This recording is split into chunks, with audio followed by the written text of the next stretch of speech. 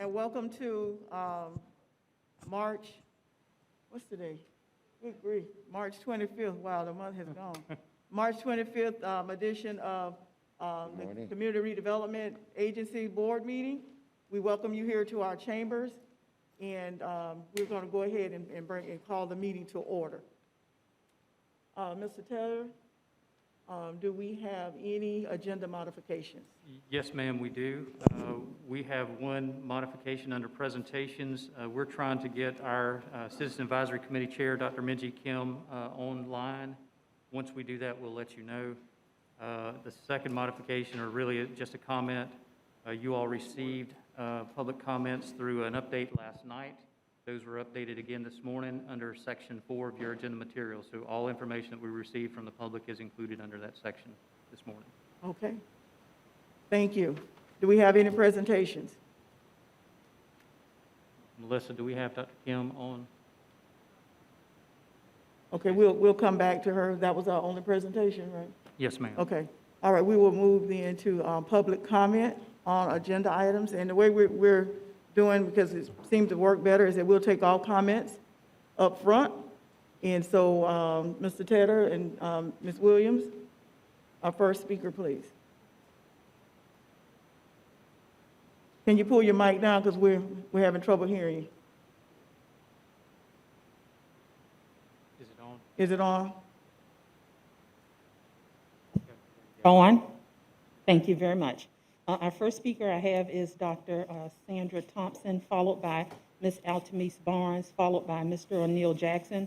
Name and address for the record, please, and you'll have 3 minutes. Good morning. Good morning. It's an honor to be here. I'm a native of Leon County, Tallahassee, Florida, and I am representing.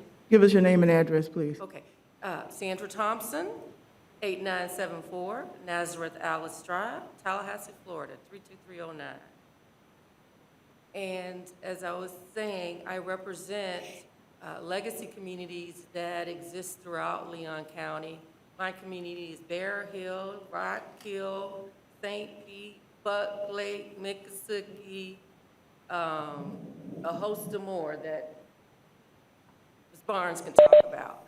But I am in support of funding going to the Ashmore building as a structure that could serve as a civil rights museum, and something that has really troubled me over the past few years is that it can also serve to have size appropriate, of course, replicas of many of the historic buildings that are no longer in Frenchtown. And one of the reasons that I mentioned those legacy communities is because my ancestors, those that I didn't even know, my great-grandparents, they all came to Frenchtown. It was their cultural outlet for haircuts, pharmacy, entertainment, different kinds of food. That was one of the main things that they did. And even when my grandmother in later years would bring me, then, you know, you would go to the place that little kids could go to, like, I guess, El Dorado's and some of the other places, and you just sit, have lunch until it was time to go. And so I think that it would be a way for the city to kind of reclaim that history to actually support the markers that Ms. Barnes and the Riley House has done. Because I will tell you, many people may not say it, but they feel a void in their hearts when they come to the Frenchtown community. Because there were so many institutions, just like those activities that went on in the Ashmore building, that benefited them. So I look forward to seeing how this works. I commend the other entities that are also wanting funds. They do great work, so it is in no way to negate the value. However, I am advocating for the Ashmore building. Thank you so very much. And thank you. Our next speaker.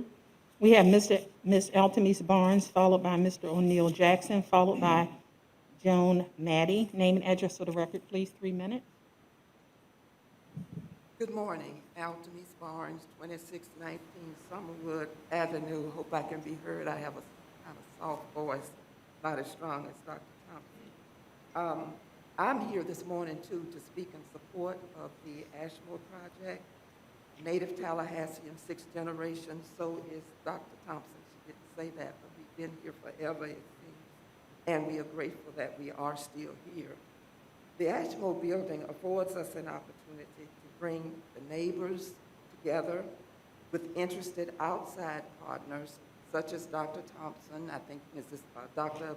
Adrosa Payne sent a letter in. She couldn't be here today, but she's in charge of humanities and literature programs at Florida A&M, and is very excited about being a part of this project. So there are the residents as well as partners who want to come together to plan and implement a heritage and legacy project within the greater Frenchtown community.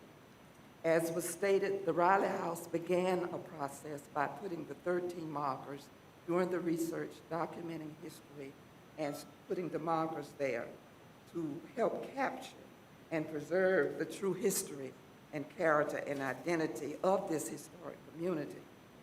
There is an opportunity now to build upon that and invest in a historical and cultural center that will be an attraction not just to the local community, but be a draw across the state, the nation, and even internationally. We have a very rich history here.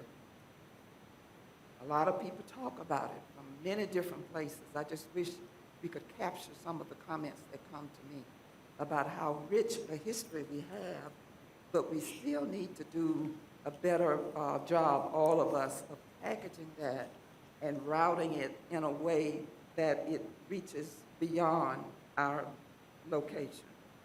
Ashmore is suitably situated and has the interest among the residents, historians, researchers, artists. You'll hear from some of them today. And it's in a position now, and the interest is there. This is a topic that many people are reaching out, that African-American experience, that Black experience, that culture, the folk culture. So it's an opportune time for this project to come to be. And so I would just, again, emphasize that I'm strongly in support of some funding going to the Ashmore. I would be happy to give my expertise, though I'm supposed to be retired, but I think a lot of people didn't get the message yet. So whatever I can help bring to the project, I'm willing to do that. And I did speak with Maisha Mitchell this morning, She's here. Frenchtown First Plan, and they are very much aboard and aware and willing to work with everybody in this endeavor. Thank you. Thank you. Our next speaker, Ms. Williams. Thank you. Our next speaker, Mr. O'Neill Jackson, followed by Ms. Joan Maddie, followed by Mr. Brian Forbing, followed by Mr. Richard Duesenberry.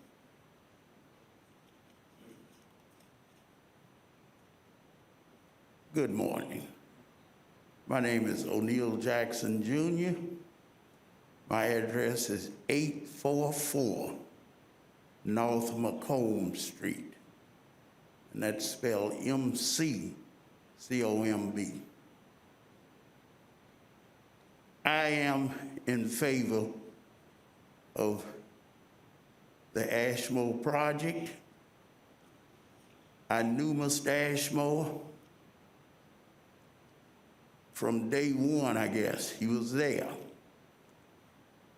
Mr. Ashmore's building was a museum. When you would go into Mr. Ashmore's building, you saw pictures of everything, not just blacks, not just whites.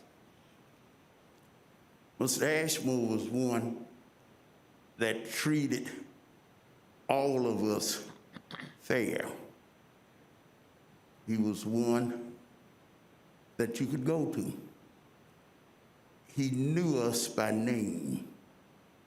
if he would come through that door now, he would call me O'Neill. Tommy Mitchell, he knew him as Tommy. Fulton Smith, knew him as Fulton. So that building, and to recreate and to put other things, making it a museum for the history that we have lost, would be a very good idea and a very good thing in the Frenchtown community.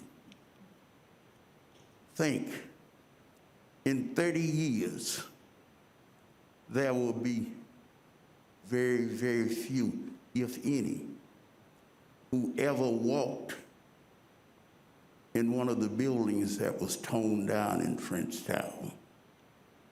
Because right now, all of us are over 70 years of age. And to recreate some of the things, to pass it on, so that kids can see what Frenchtown was. The biggest problem with Frenchtown was that the city of Tallahassee didn't put any money into it. The city of Tallahassee put the money from Appalachia Parkway around the Thomasville Road. So Frenchtown went down. But Frenchtown was the same thing that New Orleans has, the same thing that Tampa has. It was an identification spot for the city of Tallahassee.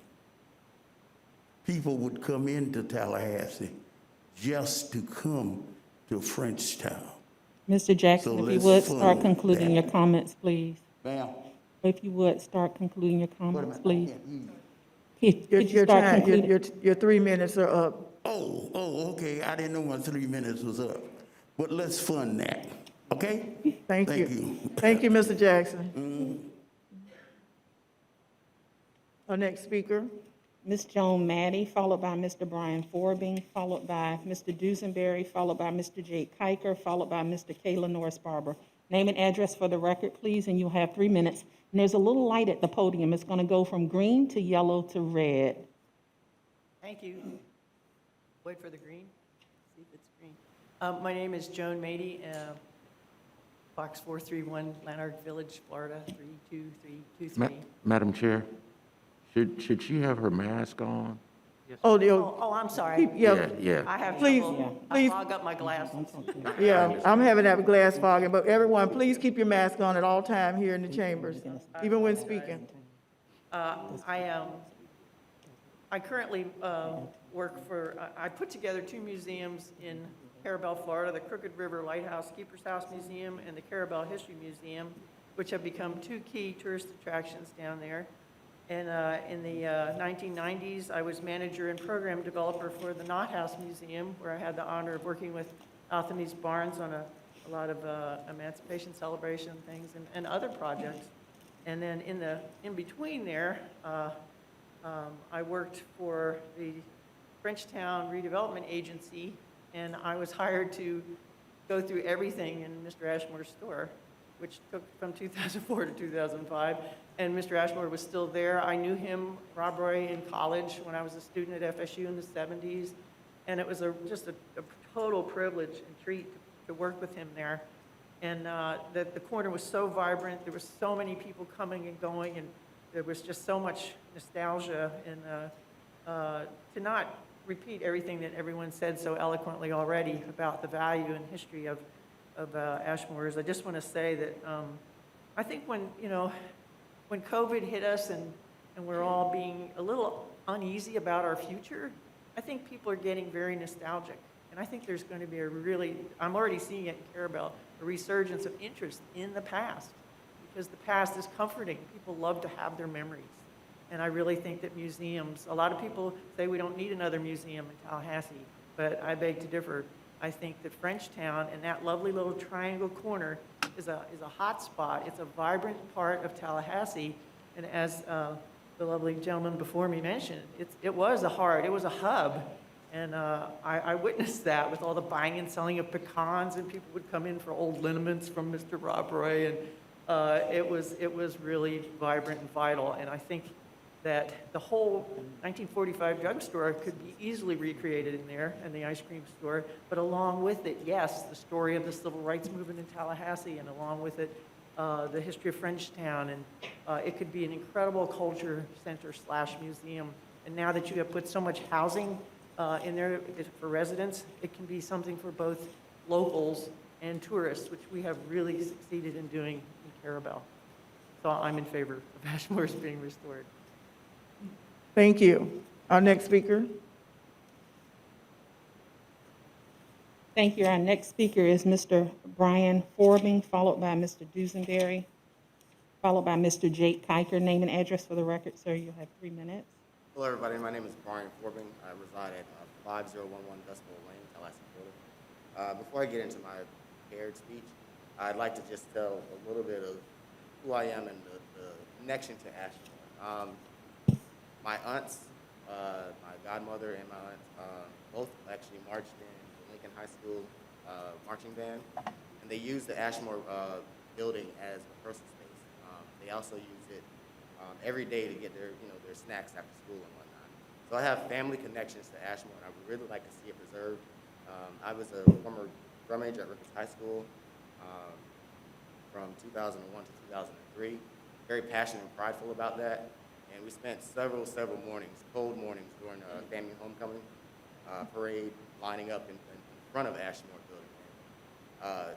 Growing up in Tallahassee and not even really being exposed to that culture and that history during my time in high school, and now getting kind of lumped into this project, I'm really excited about the opportunities that Ashmore provides to our community. So really quick, imagine, if you will, us recreating the French Quarters in New Orleans. A live entertainment district that parallels, if not rivals, the French Quarter, sounds and experiences of rich culture. Now imagine such vibrancy along the sidewalks and business fronts of Macomb, Brevard, and 4th Avenue. Finally, imagine the refreshed blood invigorating the arterial connections of Greater Frenchtown. Greetings, I am Brian Forbing, Director of Capital Battery Line Incorporated, affectionately known as CBL. I am also the Volunteer Political Action Committee Chairman of the local chapter of the Florida Rights Restoration Coalition. It has always been my desire to improve communication between demographics of different socioeconomic statuses, and CBL has gifted me that opportunity to do so. At this moment, I'd like to speak to the concerns of those members of our community who are returning citizens as well as at-risk citizens. I hope that you govern with prudence in your multiple decisions concerning development and better identify the scope and magnitude of those in need and define improved access to such opportunities for resident families and returning citizens, especially those in the greater Frenchtown area. Please, with a clear glass lens, work together to create a plan that will adequately address the needs of those in the community. Ashmore does that.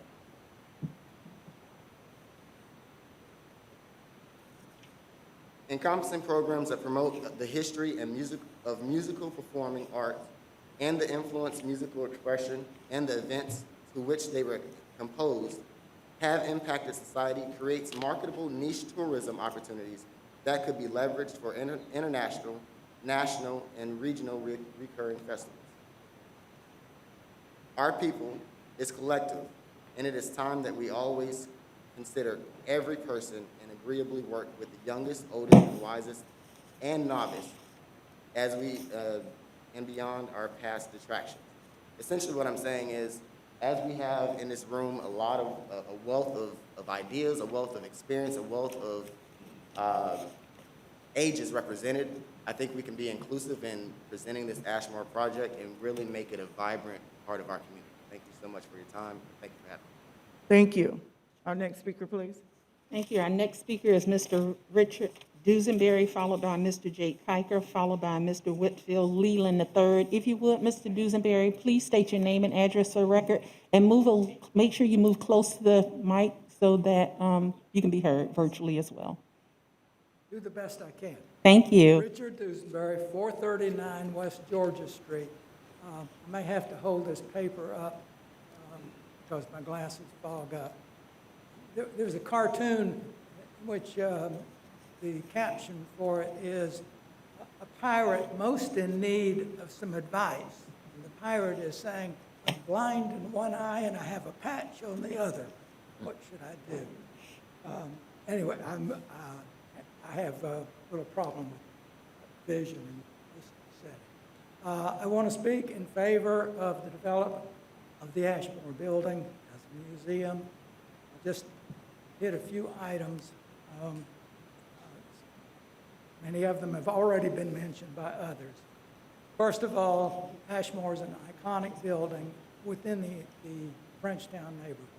You couldn't do anything better for Frenchtown than to develop this. The museum is it's fully in line with the intended use of this money, and it's well used.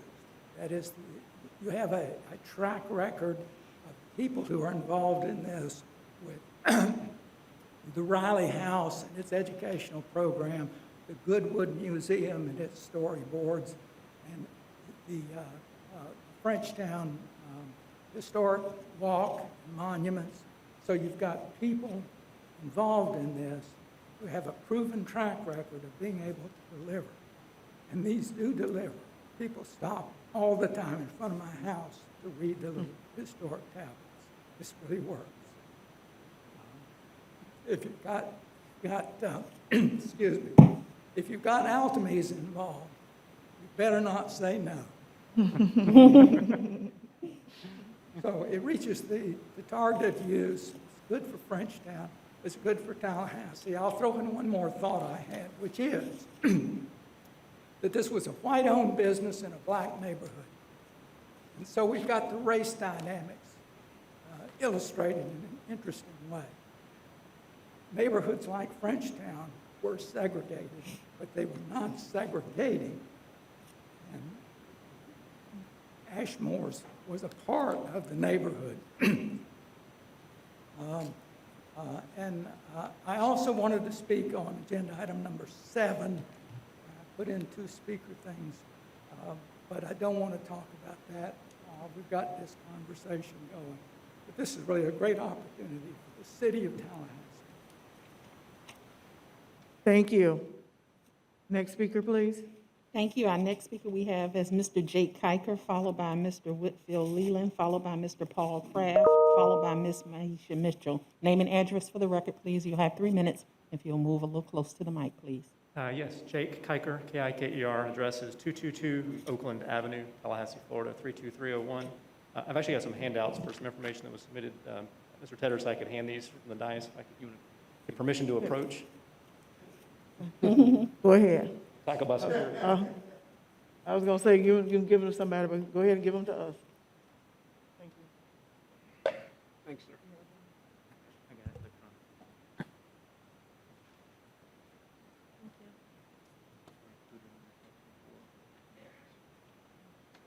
First off, thank you again for your time and all your efforts, and I certainly appreciate everyone that's come out and spoken on all the projects. At the outset, I want to emphasize that everything that's been spoken about the Frenchtown Group and project in Ashmore, I think, is 100% accurate. I also think that what Lemoyne is proposing is a phenomenal project that would provide dividends for this community. So I think we're very lucky in the sense that everything that you all have before you is amazing. What we're presenting is simply a performing arts option. I can assure you that after that meeting in January, our group took to heart things that we heard from this commission. The first of which being that it was time to move on from the FDOT discussion, and if there was a second location or an alternative plan, that it was to be produced and to do so quickly. The other thing that was brought up, and I'll give credit to Commissioner Matlow on this, was perhaps the scale needed to be considered also, something that might be able to be phased and be done at a faster time frame and also a better price point. And thankfully, due to some efforts and some offers from two people in the community, Adam and Lily Kay, who have been longtime supporters of the arts in this community. What you have before you, again, is that option. Our group has worked hard and diligently to try to bring together the various performing arts groups in this community. We're now working directly along with the group that was assembled in 2018, known as the Tallahassee TPAC. So we're close to 20 different organizations in the performing arts world that are now going to be providing input on this project. Again, we think it's a broad-reaching project. We think it's a great opportunity to use these funds. As we all know, in the performing arts world, there are not a lot of grants for performing arts. These are limited funds that don't come along very often.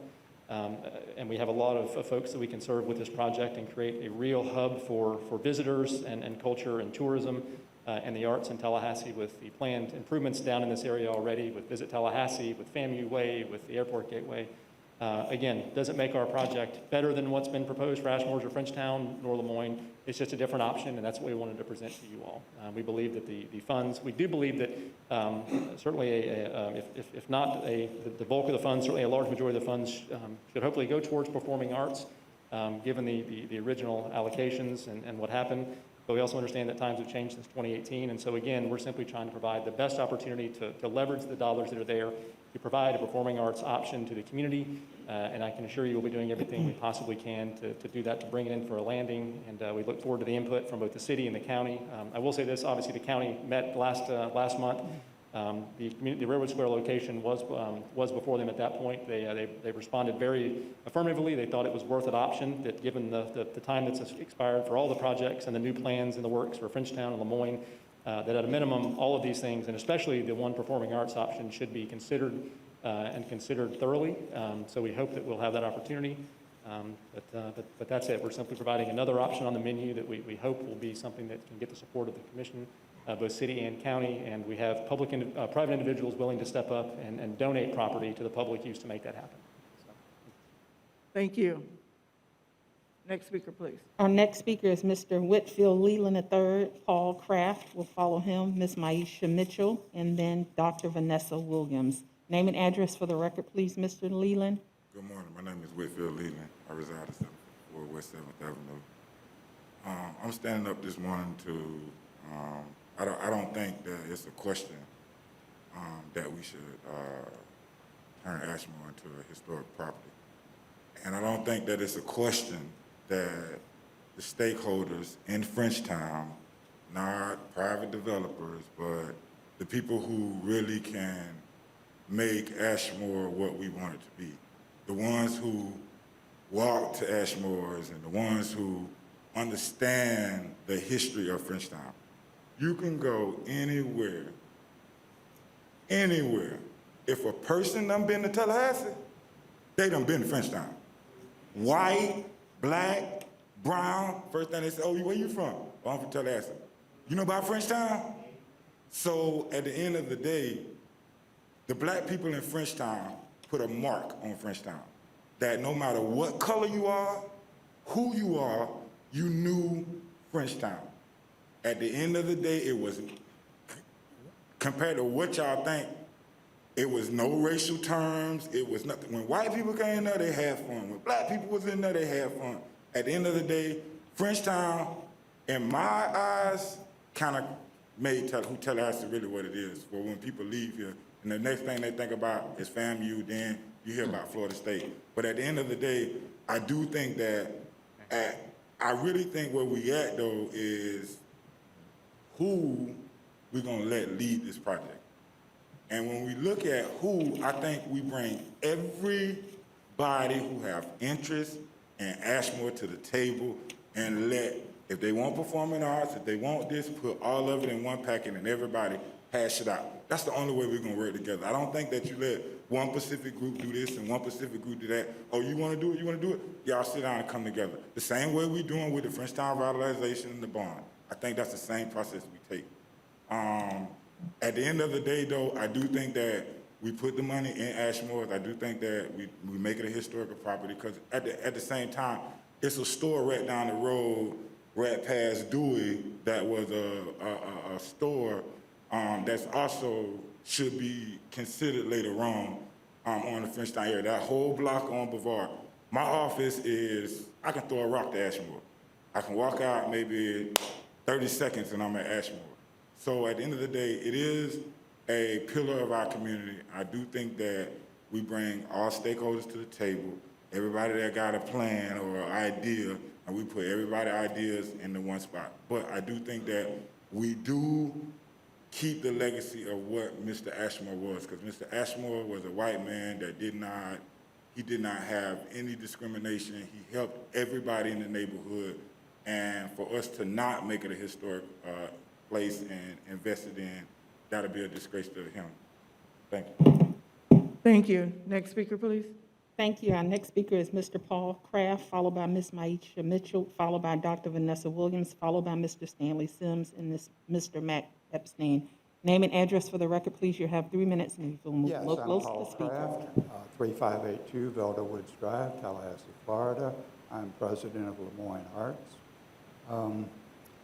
So I want to thank you first for your support of Lemoyne at your last meeting and recommendation of funding our Art for Always project. Although we were disappointed by the County Commission's refusal to approve your recommendation, we have continued our fundraising efforts. At this time, if you will approve release of the $1 million approved for our project in 2018, we have pledges which, if we can collect them, will allow us to proceed to execute our option to purchase a Meyer building before that option expires at the end of April. That is our most important request for today. However, mere purchase of the building still leaves several $100,000 needed to complete our project as planned. While we would like the additional $800,000 which you previously recommended, we understand that you must find a solution that will work for everyone. We believe that with as little as half of this additional amount, we can proceed to begin the engineering, architectural studies, the permitting, and get some of the renovation work necessary to complete the project. And of course, while we're conducting that work, our fundraising will continue. As you can imagine, it is much easier to raise funds when you have a real room you can put someone's name on, as opposed to a room drawn on a piece of paper. So our second request is for additional funding of $400,000 in lieu of the $800,000 which you previously recommended. We are prepared to work with your staff to implement due diligence on the purchase, provide professional project management, accounting, and government over the project. At this point, we have already done some due diligence. We've done an initial architectural survey that has determined there are no physical obstacles in the building to the renovations that we want to make. And we've also done a code review and determined there seems to be nothing in the zoning and building codes that preclude what we want to do. So I thank you for your time. I appreciate your consideration and the opportunity to speak. Thank you. Next speaker. Thank you. Our next speaker is Ms. Maisha Mitchell, followed by Dr. Vanessa Williams, followed by Mr. Stanley Sims, followed by Mr. Matt Epstein. Name and address for the record. Thank you. Good morning, everyone. Good morning. Nice to be here, live and well.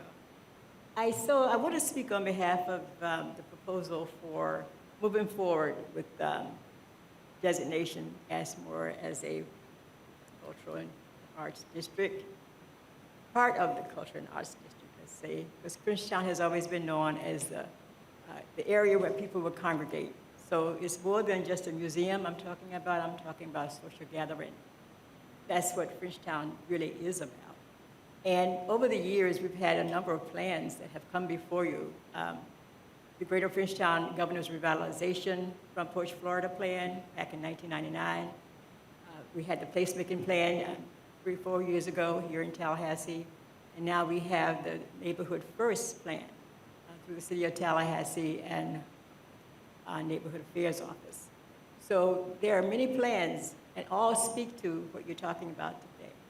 We'd like to be able to continue this particular avenue for bringing Frenchtown back to its original destination, although we know it won't ever be the way it was, because some things I remember now I can't see anymore. So I'm hoping that this particular effort would bring us together collaboratively and I'd like to offer a suggestion for you to move forward, particularly as it comes to engaging the people who walk the streets, folks who've been there, done that many years, and who know the history, telling their stories. So it's just not a museum, but it's a living history place where folks can actually tell their stories, like a story corps, you know, a place where people can come and gather.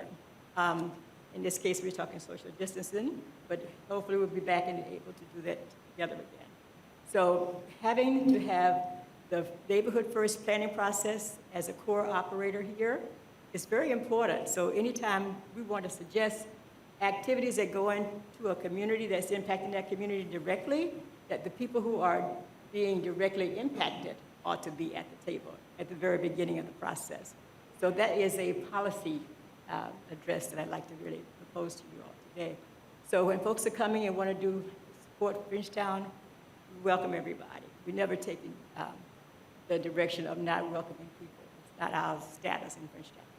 We've held this shelter there 30, 40 years. Had them long time. And now people in the community don't even want them everywhere they are. So that's not who we are, so let's get that part straight. The other part of it is that I want to say, if we are to do that, refer people. If people are coming to you and wanting to get involved in a community, refer them to the Bond neighborhood planning process, to the Providence neighborhood planning process, to the Griffin Heights neighborhood planning process, and to the Greater Frenchtown neighborhood first planning process. Because those plans have already been set in place. People have voice. They're online. You can read them. So if you have an idea, look at the plan and see what the people have already said. And then include the people from the very beginning, everything that we set forward to do.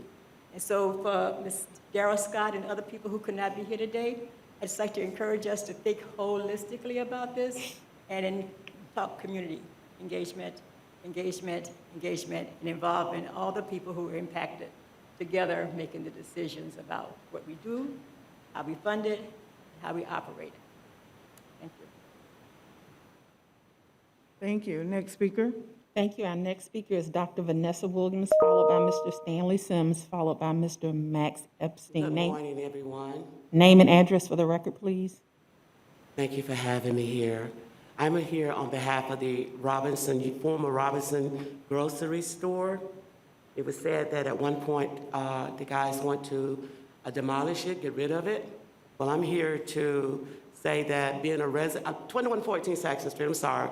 I live on 2114 Saxon Street. I've lived in Tallahassee all my life. And I'm here concerning the Robinson store, the former Robinson store. It was indicated that at some point it might be demolished or torn down.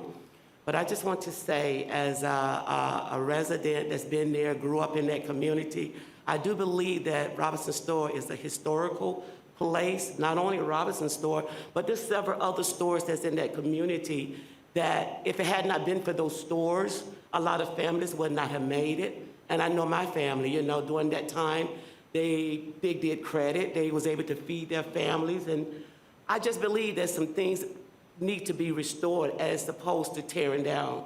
Once you start tearing down things, you can't replace it. You can't do anything with it. And the fact that Bond School is in the middle of Florida State and FAMU, we need historical, they need to know the history, you know, because a lot of things has happened in the Bond School, in the Bond community. Raising up in Bond community, you had a church on one corner and you had an entrepreneur on the other. It was built on a church and the stores. That's how our community was able to strive and get the things that we need.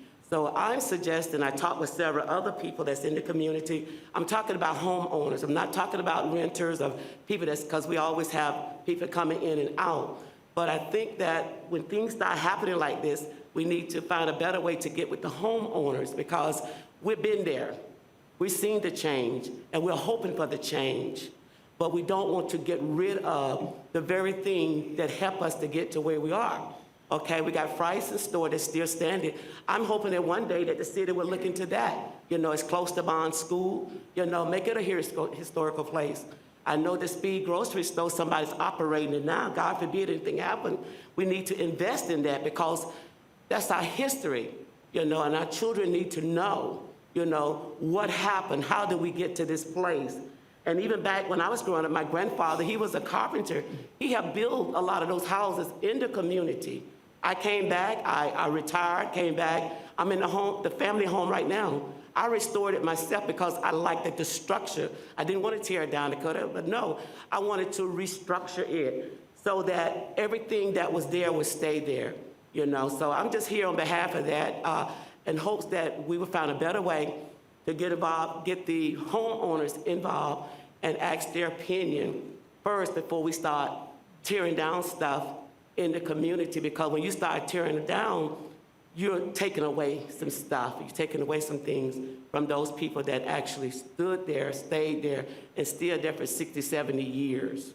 So, you know, I just oppose of them demolishing Robinson's store, and I suggest that the other two stores, if we can, start thinking about restoring those or reserving those for historical purpose, so that our children will know the history in Bond community, that it just didn't come up, it was built, and people took the time, family, stores, and churches built on that foundation.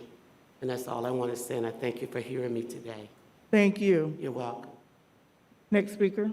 Thank you. Our next speaker is Mr. Stanley Sims, followed by Mr. Epstein, and that will conclude all of our in-person speakers. And we do have, I believe it's 5 virtual speakers after that are online. Okay, thank you. Madam Chair, as a business owner, I'm at 603 MLK, Martin Luther King Boulevard, in case some folks don't know what that MLK stands for. In March, we're celebrating women empowerment.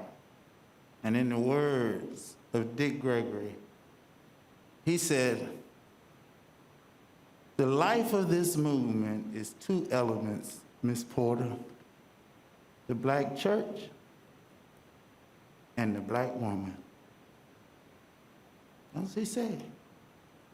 At the funeral of the late Coretta Scott King, Reverend Joseph Asmanakti, I might have said that wrong, said these words. After all the presidents had got up, President Bush, Clinton, spoke eloquent of her and her husband, he said these words: when will words become deeds? So where am I going? Let's go to Frenchtown. Y'all built that Renaissance building down there and told us we were gonna have restaurants, shops, everybody just gonna have a wonderful time. Yeah, you did. You developed this CRA and say, if we invest in Gaines Street, it's gonna help Frenchtown. Y'all gonna say amen. What happened? You put it in student housing. You decorated their sidewalks with pretty lanterns. And you gave the barber shops across the street a flower bed. Let's go back down memory lane. And you expect us now to say, oh, we'll wait one more time so you can have some performing arts. No, we ain't saying that. This is our time. We've been skipped, bamboozled, tricked too many times. Now, Miss Maisha, she get up here and said eloquent. I don't have time for that. We want words to become deeds. And how are you gonna let somebody who got out the CRA tell you what to do? I got a few more seconds. My grandma told me, when life get rough, you gotta let people know what side you're on.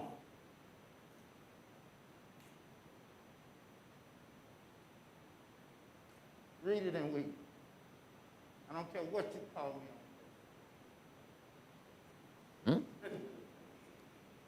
Thank you. Next speaker, please. Thank you, Mr. Matt Epstein. Hi, this is Max Epstein, 1001 San Luis Road. I want to echo everything that has been said today about Frenchtown and the need for investment in it. We were promised this by the CRA. You may not know this, but I am one of the original creators of the Ashmore's Grant. And everything that was said today is why I got involved in this.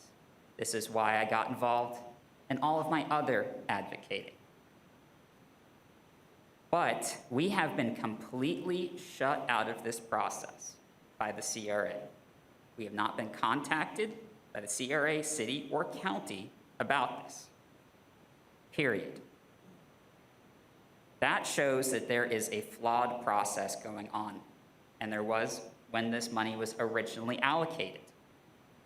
And I sent you our proposal, and I would love for the neighborhood association to get involved in the Greater Frenchtown Plan. I became involved in that after Ashmore's. They need input. But there's a reason why we were ranked second. We scored very highly because we took the grant and we executed it. And I sent that to you last night. Why this hasn't been included in any of these conversations is bizarre to me. And with all due respect, Ms. Williams-Cox, you said, the I's are not dotted, the T's aren't crossed. They were. That's why we were rated so highly. This is a difficult subject for me because why aren't we being consulted about this? The entire community needs to be involved in this. But there is a reason why we were ranked second. Look at the grant. Mr. Richardson, you asked about how are we going to sustain this? Our grant was rated #1 for sustainability, in part due to my glassblowing studio and the need to open up the arts, performing arts. We had a stage, and we can expand this to other parts of Frenchtown. We had a plan for 5 years to have the Cannonball Adderley Jazz Festival and Conference. We had all sorts of events planned for the bicentennial of Tallahassee that would have brought culture and tourism and arts and performing arts to Frenchtown.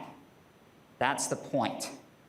Grants to have muralists put up portraits of important Frenchtown figures. Grants for graffiti competitions. Getting money directly into the neighborhood. So it seems like there is, and I would like to take another 3 minutes for my second item, please. It is correct. Thank you. So this is extremely important for you to do. But you must do this in a responsible way. You can't get up there and do horse trading. Mr. Mayor, I actually agree with you.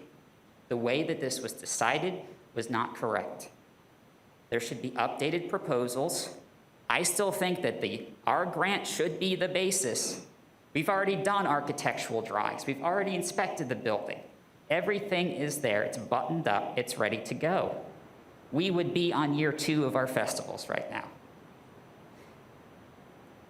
So, Lemoyne and Ashmore should be allowed to update their proposals, put them back before the Arts Review Committee who scored these in the first place. The Performing Arts Group should be allowed from TLH Arts to see if they can be incorporated in to the Ashmores and to Lemoyne. And it's great that Lemoyne maybe needs less money. Because if we're talking about something that's fair and equitable, we need a project in Frenchtown, we need a project downtown, which is Lemoyne, and we need a project on the Southside. That could be our performing arts.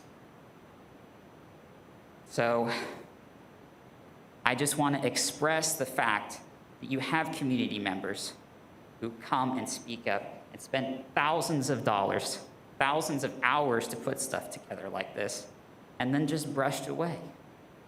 I'm all for the community. We need this. But the process, there must be a process that gets there. It must be fair. Furthermore, I'd like to speak in support of the preservation of Robinsons. It's a lot cheaper to restore buildings than build new. 250 grand is not a lot of money. You can add on to it. You can do a lot of things with it, but preserve that link to the past and the history.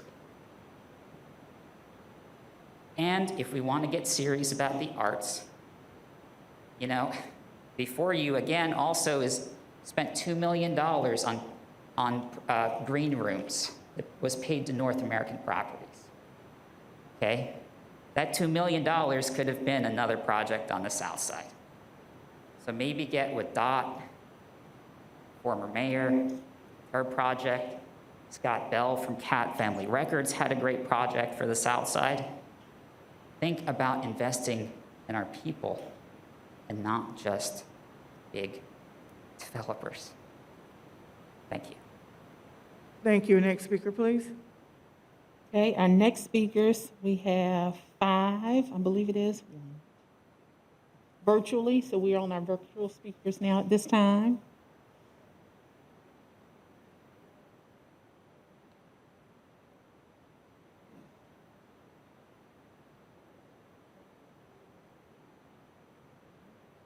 That is correct.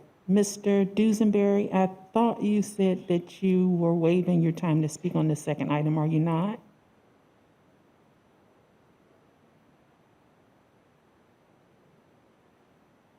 Okay, maybe now is the time to allow him to do that, please. And can we go ahead and queue up our virtual speakers so that when he finishes, we can just go directly there? Thank you. My name is Richard Duesenberry. I live at 439 West Georgia Street. I want to speak to you on the land use regulation part of the First Neighborhood Plan. I've done this before. Take the Standard, for example. The city sold a PUD parcel, even though the Standard did not meet the bid guidelines, and city changed the code. Standard needed both of these to happen, and the city delivered on it. We protested in the CRA meeting. We were told, get used to it. I urged that the bizarre rezoning showed that there was a need for Tallahassee to revisit its zoning in Frenchtown.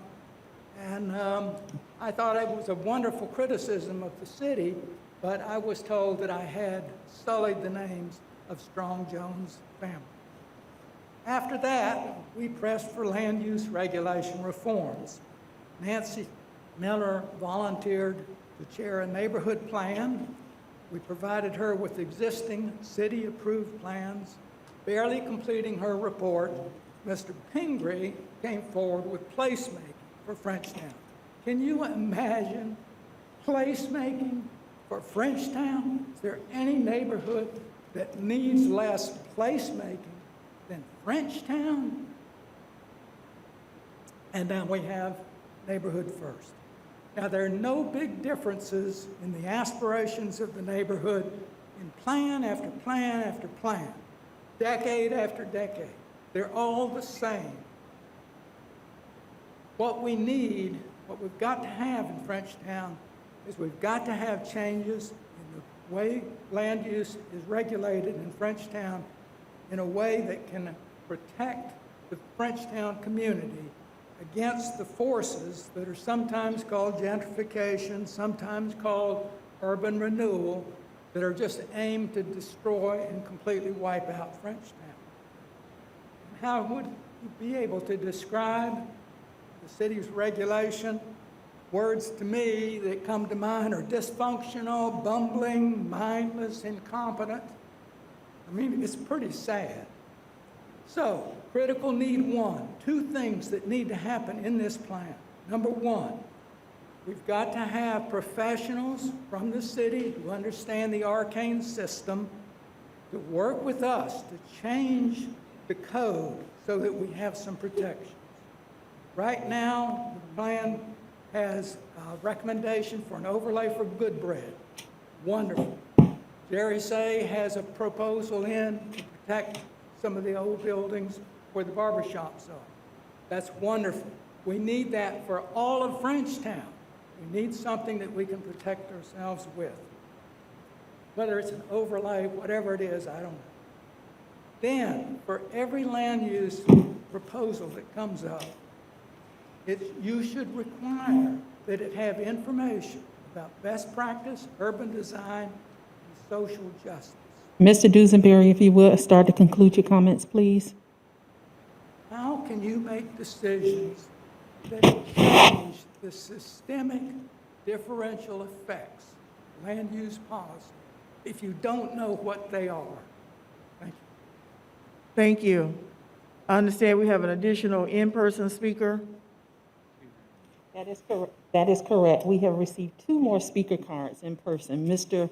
Kayla Norris Barber would like to speak now and then at agenda item number 10 as well. And we have additional card from Ms. Cheryl Collier Brown. Okay, thank you. Taylor Norris Barber, 527 West Brevard Street. Actually, I want to speak on item 8.01, the parking garage for Cascade. Actually, the parking garage, in my view, is a giveaway. It's a backroom deal given to North American Properties. It doesn't matter how you frame it. What it is what it is. Has not been any financial analysis done on it. There's been no break-even analysis. There's been no payback period. You don't even discuss in any of the agenda items, there's been 3 of them, have not even been any discussion about how much parking revenues will be generated from that at all. So, in my view, piss poor staff work, and on top of that, what revenues, only mention of revenues from parking fees you want to turn around and give to the city of Tallahassee to manage it. How much is it? Do you know? You don't. Staff haven't given you that. I don't know how you can make a decision with that limited amount of data. But I'm really not here to complain about it. I think the end justifies the means. But my issue is, why don't we get the same treatment in Frenchtown? You didn't even have the money. You had $4 million, you borrowed half of it, you borrowed 3. Why don't we get the same treatment in Frenchtown? Do you not value us as much as you value downtown? Maybe not. Here's a problem. I'll come back and talk about it, item 10. But that's my point. Thank you. Thank you. Next speaker, please. Ms. Cheryl Collier Brown, name and address for the record. You have 3 minutes. Thank you. Good morning, Cheryl Collier Brown, 217 West Brevard Street. I was looking over the agenda. My thing is 7.03, and he's sitting on the South Citizens Advisory Council for Frenchtown Southside. I'm ready for us to approve the plan. I mentioned this to several of you all. I've talked about it all over the world. It's time for us to get shaken in Frenchtown. It's time for that money to get started so we can see some improvements in our neighborhood. We've had plan after plan after plan after plan. It's time to put some gumption, as my grandmama used to say, in Frenchtown. I'm ready to see some action in Frenchtown. So please, I don't want to keep going back and forth. It's time to put the money, because we have put our mouths, so it's time for y'all to show us where the money is. We're ready to see some action in Frenchtown. Thank you. Thank you. Does that conclude all of our in-person speaking? That does at Okay. this time. All right. We'll go to our virtual speakers now. Virtual speakers, we have Miss Jessica Barthel, followed by... Hey, got it. Good for you. Oh, wow. I'm unmuted. Can you guys hear me? Yes, we can. Please go ahead. You have 3 minutes. Please state your name and address. Hi, my name is Jessica Barthel, 1001 San Luis Road. I am speaking to you guys on behalf of the Ashmore's project as well. You heard earlier from my partner, Max Epstein. We were both on the grant writing proposal team for Ashmore's. So I was the education head of the project. At the time, I had just finished my master's program in art education, and I was really eager to start bringing some of those lessons that I had learned into the community, understanding and acknowledging that Frenchtown had a need and an interest in bringing some of that critical art making to the community. So part of my concern that I want to address with you guys today is, as Max has said, we have had no communication with this commission on moving forward with revising our project proposal. Obviously, it's been 3 years, and in 3 years, a lot can happen. I now work at Rickards High School, and I'm in the process of starting the entrepreneurial art program that I proposed and outlined in this Ashmore's grant. So what that looks like in translation is I now have a direct school connection where I can facilitate the programs that I outlined in the Ashmore's proposal. We already have that direct connection, and I have not been given the opportunity, along with my cohort, in the outlining of this proposal, to be able to state that. So I'm actually in my classroom right now with my advanced students trying to make people aware that this is an opportunity that needs to be seized. We've heard from a lot of people that there is interest, there is demand, and there is a need for revitalization in Frenchtown.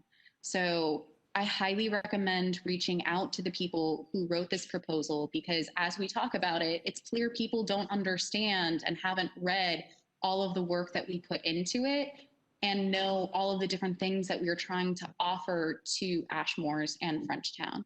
So please reach out to us. We want to resubmit our proposal. I'm dying to get my kids down to Frenchtown to learn about not only the history, but to be able to work with the community to make artwork that is a collaborative process that allows people to talk about their stories, their truth, their history, and really bring our entire community together from Southside to Frenchtown together.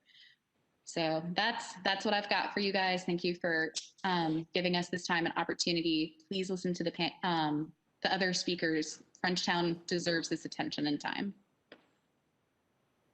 Thank you. Next speaker, please. Thank you. Our next speaker I have is Ms. Priscilla Hawkins, followed by Ms. Jacqueline Perkins, followed by Mr. Delatry Hollinger. I think Ms. Hawkins is in person. Virtual. Come to the microphone here, please. And please state your name and address for the record. You have 3 minutes. We're on you speaking on whatever you are wanting to speak on. Okay.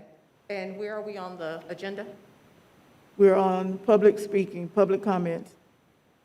Okay. All right, I'm Priscilla Hawkins. My address is 6033 Button Willow Lane in Tallahassee.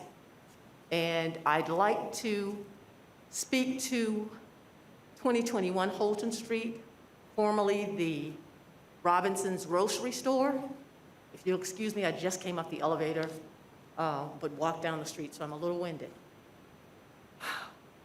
I wanted to ask that you certainly consider, in a way that saves our history, the store to remain standing in bond. Robinson's Grocery Store has a historic value in the community. It was one of the few places back in the 50s, 60s, and 70s where blacks in the community could have credit. There are a lot of things that were not equal and still are not. And so this store provides us with some of that history and the historical significance of places like that in the Bond community. So I am just hoping that you will not tear down something that was historical to a lot of people who are still in the neighborhood, something that carries a lot of weight in our hearts, and also because for the last year we've been planning to have our Black Heritage Tour, which is a free tour on the South Side. We've done number 1. Number 2 had been scheduled for this week, but we're holding off to make sure that we've got Robinson's store still standing because it's one of the places that is listed on our tour. And then we've had to add part 3 because the South Side has so much of value in our community. And I just want to make sure that those things are saved. And not only am I speaking for the Bond community, which is where I grew up, but I'm also speaking for the other African-American communities in this town. Those people who are living in those communities have stayed in Tallahassee because they value the lifestyle in Tallahassee. I didn't, I left, but when I came back, I realized a lot of things that I had not realized when I was younger. I thought that Tallahassee was a wonderful place to grow up in as a child, and it was, but I didn't know a lot of what my parents were going through at the time. I do now. And so the historical significance of places like that, when a lot of other places have been torn down, is of value to me and a lot of other people in the community. I am part of a team that has been going around and collecting signatures.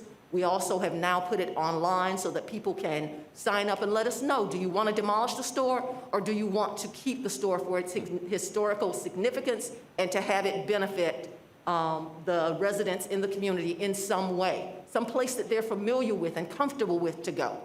And so I am asking you to please make sure that that store stays and that also the texture of the community is not ruined, you know, so that we aren't FSU Southside, you know, where people's homes no longer have light because they're 4- and 5-story buildings that are in the place and they can't come out on their porches and see the stars and, you know, see their neighbors across the street. Ms. Hawkins, if you would, please start concluding your comment. Okay. So that is my request to each and every one of you who are on the CRA board, and each and every one of you who are, and I guess it's a lot of the same people who are on the city commission. And I thank you for the time. Thank you. Our next speaker, please. We're now virtual. Yes, ma'am. Okay, again. Our next speaker is Miss Jacqueline Perkins, followed by Mr. Delatry Holliger, and then finally Miss Laura Johnson. Okay. Please state your name and address, and you have 3 minutes. Okay, good morning. Can everybody hear me? Good morning. Yes, we can. Good morning. My name is Jacqueline Perkins. My address is 3437 Blue Jay Drive. My bond address is 1618 Keith Street. And I'll try to be brief. My intention was to be there today, but because of a family emergency, I could not come down. I'm going to talk about not the vote that took place on the 21st. I know there's been a lot of discussion about a vote that took place after we got a report that did not include the information that we needed or for people to make the type of decision they needed to make. I'm going to talk about the vote that took place when we produced and promulgated this plan, an award-winning neighborhood first plan that was put together by residents, stakeholders, the City of Tallahassee, the CRA, and others. We stated in our neighborhood first plan, specifically under the land use component, preservation of historic buildings. That is in accordance with our award-winning plan. We specifically stated in Strategy 2.4 that we would preserve historic structures in the neighborhood. Action item 2.41, we stated what we were going to do, create an inventory of the neighborhood's significant historic structures. Action item 2.42, identify incentives that promote the preservation of the neighborhood's historically significant structures. We are doing just that. We already voted. The commission voted. The CRA voted to accept what was in this plan.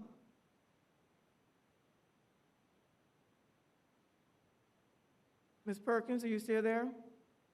Yes, I'm here. Okay, we couldn't hear you there for a minute. Okay, can you hear me now? Yes, ma'am. Okay, I'm sorry. We've done that. We are working now with members of the community because I think there was an issue about who was on that list of 40 people. Now it's grown to 75. They were not random. They either own homes, own property, or they reside in bond. And Dr. Williams talked about, getting to the homeowners. We are reaching people who are impacted by what happens in that community. And that does include people who rent, people who also own property. And we have not gotten to her yet, but we have our feedback from members of the community. And what we are also doing is that we're making sure that we adhere to the to the plan that we have already established. All of the options that we have for that building align with all four components of the plan: land use, economic development, crime and safety, and beautification. So we want to save the building. I know that, as I've expressed to Mr. Tedder and to the city manager, and Deputy City Manager, we thank her for coming out to meet with us. We have been advised that we're going to look at moving forward in this effort and not demolishing the building, that we will have an opportunity to get that information back from the community, that we will we will actually engage the services of other people who can go in there and look at that building and give us an assessment, give us a figure. We did not have a figure. We had an estimate, and it was not based on anything. We got a report from the engineers that basically listed the 4 things that needed to be done to bring that building up into compliance. It did not have a figure attached to it. And when someone says $200,000, you know what I come up with? $1.15 per capita. And as the young man said, we have to make investments. Ms. Perkins, Every if you time we could talk, start concluding your comments, we look please. at costs, but I'm looking at it as an investment. We're about to invest $3.4 million into the streets. And so I think we can invest $200,000 or whatever it's going to cost to save that building and also to serve our residents. Thank you. Thank you. Next speaker, please.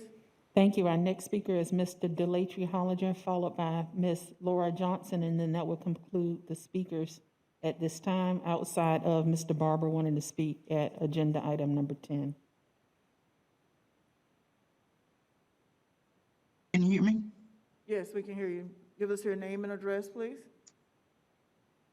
Yes. Good morning, Madam Chair, Commissioners. Delatry Hollinger, 501 Alpha Avenue. I'd like to say briefly that I do support saving this historic building. The neighborhood supports saving this historic building. It's in the Greater Bond Neighborhood First Plan to preserve historic buildings.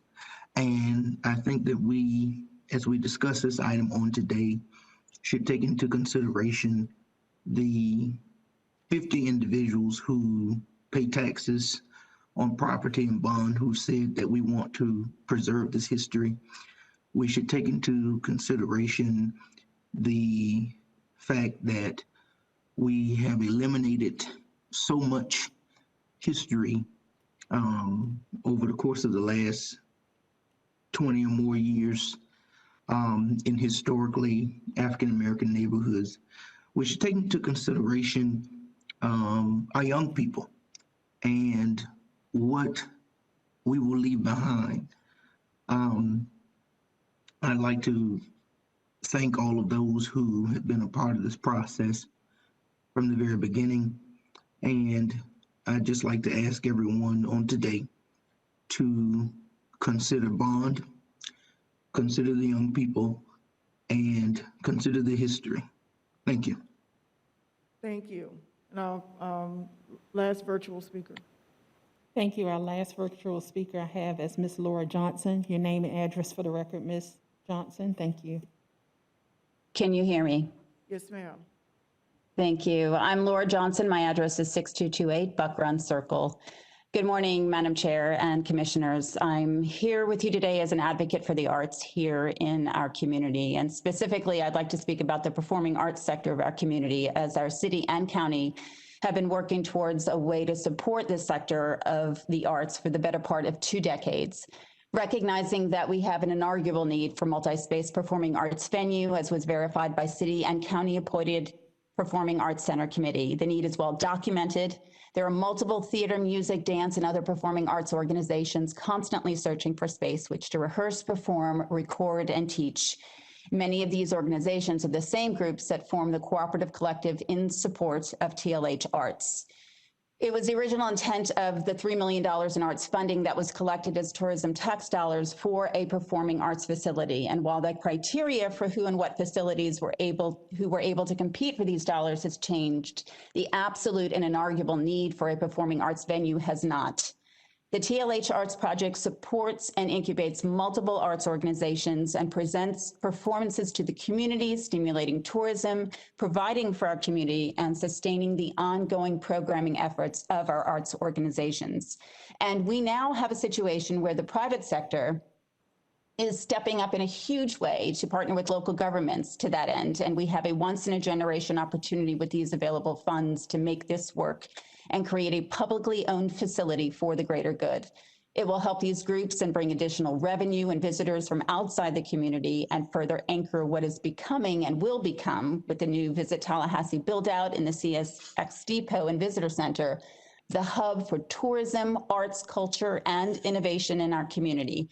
And it's putting it in that perfect location adjacent to FAMU and FSU, and so much of the public investment in infrastructure already completed and still on the way, further leveraging those dollars and providing even better ROI for the community and taxpayers. This location is ideal to support the vision of inclusion, diversity, and access above all. It's something remarkable and impactful, and the dollars would be well spent on this transformative project that advances the vision and mission for the intended use of these dollars, and more than anything, encourages the unification of multiple arts and cultural organizations in our community. But it cannot be overstated that this is a once-in-a-generation opportunity for funding. It's why we're seeing the impassioned presentations here today. There is simply too much at risk, too much invested emotionally, historically, and culturally to make a rushed decision. The city, county, and public all need detailed plans and information to make a thoughtful decision about these tourist development dollars and this still and truly extraordinary opportunity to spend these dollars. What are these projects? What is their scope? How will they be managed? And is there long-term viability and stability? And in the end, is the original intention of these dollars being preserved? Thank you all so much. Thank you. It's my understanding that our chair is also online, chair of the Citizen Advisory Committee. So if we have no other speakers, let me just pause, because I'm just making sure that we don't have new speakers who come to the room. She'd like to speak. She needs to say she'd like to speak. Well, come speak, and then you can complete it afterwards. Is there anyone else? Keep your mask on, please. Oh, sorry about that, I didn't know. Okay, this will be our final in-house, well, no, we have one more, Mr. Barber, I believe, is also speaking. But, and Madam Chair, we're gonna come to you as soon as we finish this speaker, okay? Your name and address for the record, please, and you have 3 minutes.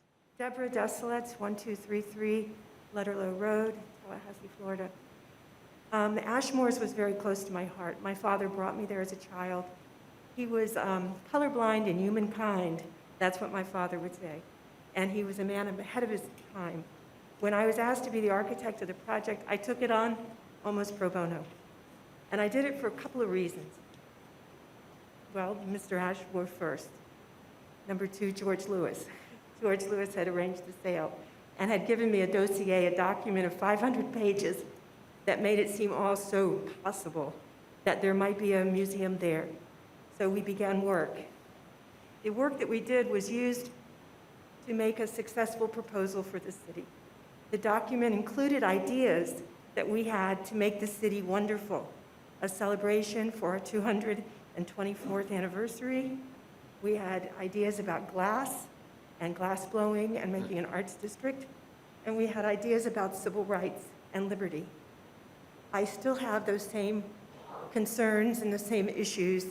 And part of that process was also the mosaics that I brought to Tallahassee, because they're glass.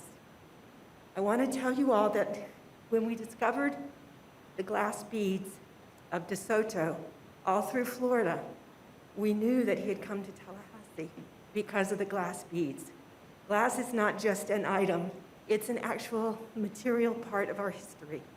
It's very fragile history because it breaks. The mosaics also are breaking because they're not being restored. Max had the ability to restore the mosaics. That was my biggest interest, or one of the biggest interests besides Ashmore's. So I know the contents of the building because of the dossier given to me by Mr. Lewis. I saw what was left of it. I don't know what's being done with it, and I'm worried about the history. I want a Red Rooster pill bottle. I named my car the Red Rooster. I want a Red Rooster bottle. I want that energy back on the street where it belongs. And we wanted to do it, and we knew it was fragile. But we did a proposal that we thought included all of those ideas. And I'm just one of you guys. I'm part of the community that just wants arts and enjoyment and diversity. And that's all I was trying to do at Ashmore's, was pull that together in honor of Mr. Ashmore, who was ahead of his time and did that. Thank you. Thank you. Please make sure you complete the card in the back, so we'll have it for our records. And thank you to all of our speakers, and thank you for taking time out to come and add to the discussion or decisions that will be made or pondered here today. Madam Chair, we're ready for your report. Well, thank you for the opportunity. Can everyone hear me okay? Yes, ma'am. Thank you. So good morning, board members, and thanks again for this opportunity to provide update from our March 1st CAC meeting. I just wanted to share some key points from the conversation that we had, which is very pertinent to all the public comments that we have heard today. So first of all, the committee members did talk about the Robinson's store as well. And we very much, we understand that this was the CAT team's jurisdiction and as well as the board's decision. So we definitely understand that CAC does not have a formal role in terms of making a recommendation in any capacity.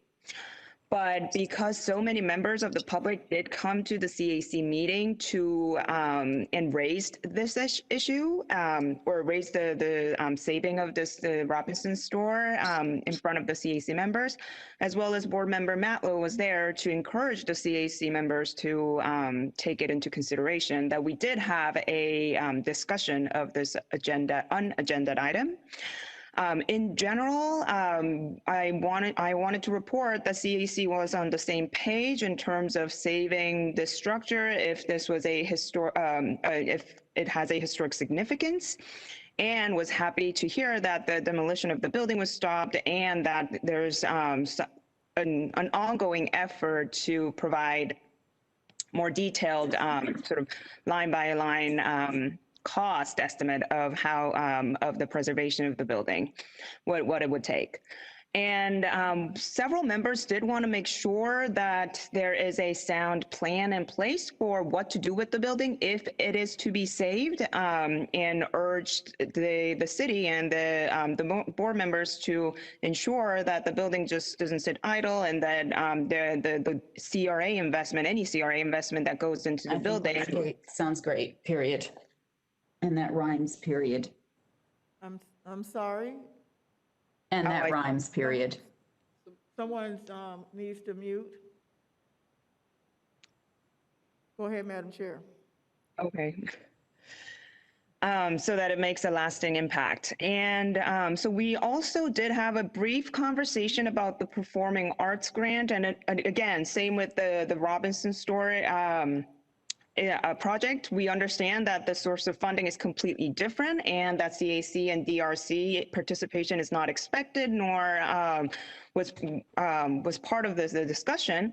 But same with the convenience Robinson store building, because many members of the public did come to the CAC meeting to talk about the grant, that we had a brief discussion of this unagendaed item.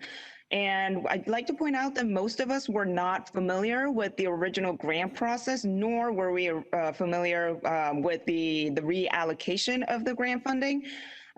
So one CAC member voiced some concern regarding the process and wanted to ensure that the CAC and the DRC are properly updated in the least on this matter moving forward. and that we'd encourage the board to honor and respect the process with the CAC and DRC in place that we have together created, and again, to keep us informed. And then another update that I have is the CAC has launched a process for establishing clear standards and the guidelines for securing community benefit from CRA-funded projects.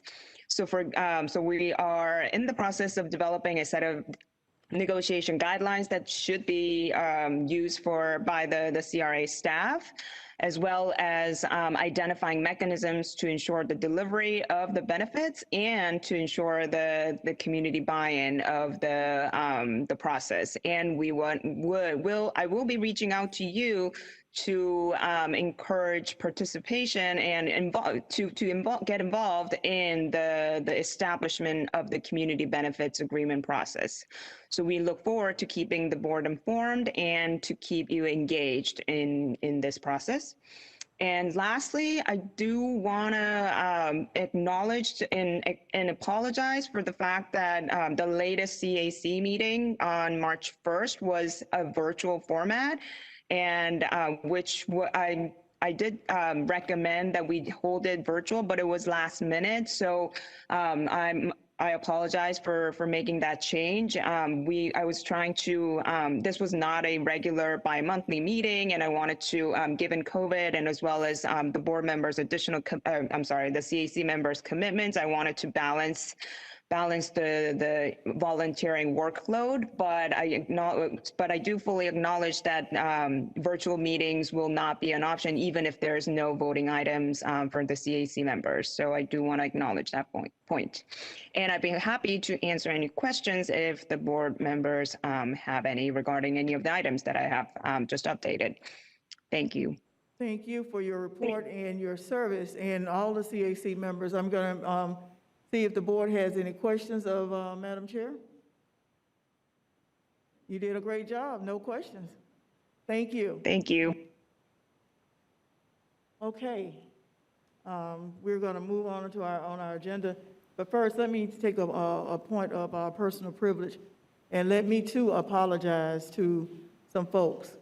Let me apologize to the previous participants in the Ashmore project. No disrespect to you was intended, but I was approached in December by a small group of individuals looking to apply for a National Park Service grant to provide some type of historical recognition museum space for Old Lincoln High School. And we were not able to get that done in the timeline that was required. So that was not going to happen. And so when it became apparent that there might be some additional funds available somewhere else, I went back to that group and asked them to come together and let's see if this was a possibility. There was no intention to leave anyone out. I only reached out to them because they had reached out to me. And I was just trying to find a solution to help them get to where they are. And if those of you who work with me, you know that's what I try to do. So, as I said I don't see Max in the room now. I talked to him on yesterday. I apologize to him, so now I'm apologizing to all of you who may have felt that you were overlooked or not included. This is the beginning of the process because there's no funding yet. There's a request. And we did make a recommendation. And had we been successful in that recommendation being accepted by the county, then we would have had funding. And then, of course, it would have been an opportunity for everyone to participate. So let me just say that so that we know that nobody had any means of trying to exclude anybody or to do something out of the ordinary. It was just an opportunity that presented itself in December, and then something happened, this happened. And so we're just trying to find solutions to help communities and to try to help people. So just so you know, everyone's welcome at the table. Everyone who wants to be at the table, who wants to be a positive force with moving forward. Max, you just missed my whole apology. Did you hear that there? All right. Whoever wants to move forward to make this happen, whether you receive the funding here today or in the future. Everybody is welcome at the table, but you want to be a productive member at the table and not one who's going to hold it up. We want to keep it moving, grease the wheels, and let's deliver for the people. So just wanted to offer that. And so I hope that you will accept my apology and so that we can move forward together. Thank you. Mr. Tedder, do we have any items pulled from the consent agenda? No, ma'am, we do not. Okay. Colleagues, we're on item 5, consent. Move consent agenda. Second. It's been properly moved by the mayor and seconded by Board Member Richardson. All in favor? Aye. Any opposed? Thank you very much. We're now on item 7, Greater Frenchtown Southside District Policy, Formation and Direction. Item 7.01, which will be the status update on 2021 Holton Street property, former Robinson's Convenience Store. Ms. Williams. I'll be glad to Okay, cover this one. Mr. Tedder. Very quickly, you all had a lot of discussion over this, especially at the last couple of weeks. What we did, I actually directed staff to press the pause button on the demolition of the work, working in conjunction with Deputy City Manager Barber, Ashley Edwards and her team. They went back out and met with the CAT team, who has been leading the discussions for anything and everything that happens in the Bond neighborhood. They came to a meeting this past Monday, and what they have asked is to continue the pause on the demolition, allow someone to come in and identify a line item cost of what it would take to, let's say, repair the roof, repair the walls, so that they understand the details of what it would take to repair the building and have a better sense of a cost to do so. Your staff report basically lays this out. We have some quotes that we have received from a contractor. One, just to make sure that the building is safe for anybody entering into it and avoiding collapse of the roof. That's attachment 4. It's about $11,400 to do that. The second quote that we had was to have someone go in and develop a line item cost estimate for the building. And again, that was estimated to be $4,200 to do that. What the CAT team did ask was let them select the expert that would go in and do that. We worked that through procurement, and as long as they're qualified and as long as it's within my expenditure authority, we could allow that work to proceed through the CAT process. There are funds available that's already been allocated to this property, so you would not have to allocate any additional funds. And if your acceptance of option 1 would basically allow that work to continue through the CAT process. Thank you, Mr. Tedder. Board members? I would move option 1 as recommended by staff, Madam Chair. Second. Okay, it's been moved that we accept staff recommendation by Board Member Richardson and second by the mayor. Any further discussion? Madam Chair. Board Member Matlow? Thank you. You look just like Commissioner Matlow. He's my brother. Option 1, accept the status update. Does that include moving forward with what you just proposed and having them have the people come in and figure out the cost and that sort of thing? Yes, sir, because all the items that we identified for cost are within my expenditure authority, and we have the budget to do that, and I can do that based on the CAT team's recommendation. Okay, and has the CAT team, is there a vision for this property yet? That is one thing that they had talked about over time, is they wanted to develop a vision for that. I'm certain that once they determine the cost of this structure, they're going to be moving into, well, what can the structure, if they want to save it, what can the structure become? I know there's ideas already out there. But again, we're going to let that CAT team kind of formulate that and bring back recommendations on how to address it in the future. Okay, and I only bring that up because eventually we're going to need to know what the cost of an entire project is, and we're looking at line items to see what an empty shell would look like, and it seems like we're working a bit out of order. If we knew exactly what we were building, we could then get 3 quotes and have cost comparisons and that sorts of things to see the final goal. So I know surveys are being done to get different ideas from the community. I was out at Holton Street and I saw people collecting door to door, just asking people what they wanted to see. I think that would be helpful in guiding this. And when we develop the the ask of the contractors, if we can, the bulk of the work will probably be in that getting it to the shell, and then it would, I assume, some additional dollars in an actual build out, if that's restrooms or electrical and that sort of thing. So I just having all that in mind as we move forward and really getting an idea of what the community wants and what the cost is, so we can make an informed decision when we get to that point. Thank you. Okay, thank you. Any other comments? Okay. We have a motion to accept staff recommendation for option number 1. We have a second. All in favor, let it be known by saying aye. Aye. Aye. All opposed? Thank you very much. Item number 7.02. Madam Chair and Commissioners, item 7.02 is a request that was received by Mr. Bill Wilson with Graceful Solutions regarding a BFIP Business Facility Improvement Program. I'd like Sheila to very quickly present that to you so that you know what has been requested in the process.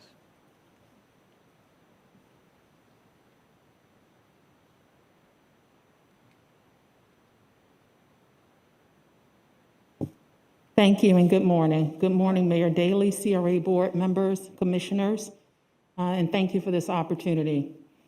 As a reference, this is agenda item number 7.02, request for approval of a $28,648 Tallahassee Community Redevelopment Agency Greater Frenchtown Southside Business Facility Improvement Grant Program request. The property is located at 310 South Polk Drive, which is near the northwest quadrant at the intersection there of Orange Avenue and South Monroe, kind of behind where the previous old bank building was. The property owner is Graceful Solutions, Inc. The officers listed according to the Florida Department of State, sunbiz.org, are as follows: Bill Wilson, Leslie Warren, Bob Ipatilito, Steve Downey, Rex Bordex, Eric Johnson, Lori Hunter, and Rex Ware. A staff review and application summary was included in your agenda item as a part of your agenda packet. The 4-unit building is known as Polk Street Commercial Plaza and is currently utilized as a restaurant and professional services, including a beauty salon and a barber shop. The property owners intend to make exterior improvements to the site in order to retain the current tenants and to enhance the aesthetics of the property for citizens and customers as well. The total project, if you could go to the next slide for me, please. Thank you. The total project cost is estimated at $44,600 with the CRA funding request for eligible exterior and site improvements for the structure and the exterior in the amount of $28,648, with $20,000 being at a non-matching grant and $8,648 as a dollar-for-dollar match. The intended improvements include commercial painting, construction of new stairs and handrails, resurfacing, restriping of the parking lot. There was a minor code violation as related to some on-site debris that has since been handled since the agenda item has been written. That matter has been resolved. With that, staff does recommend that the CRA board approve this item as option number 1, approve the application for grant funds in the amount of $28,648 for site improvements to the property located at 310 South Polk Drive, and authorize CRA staff to enter into a business facility improvement program grant agreement with the property owners.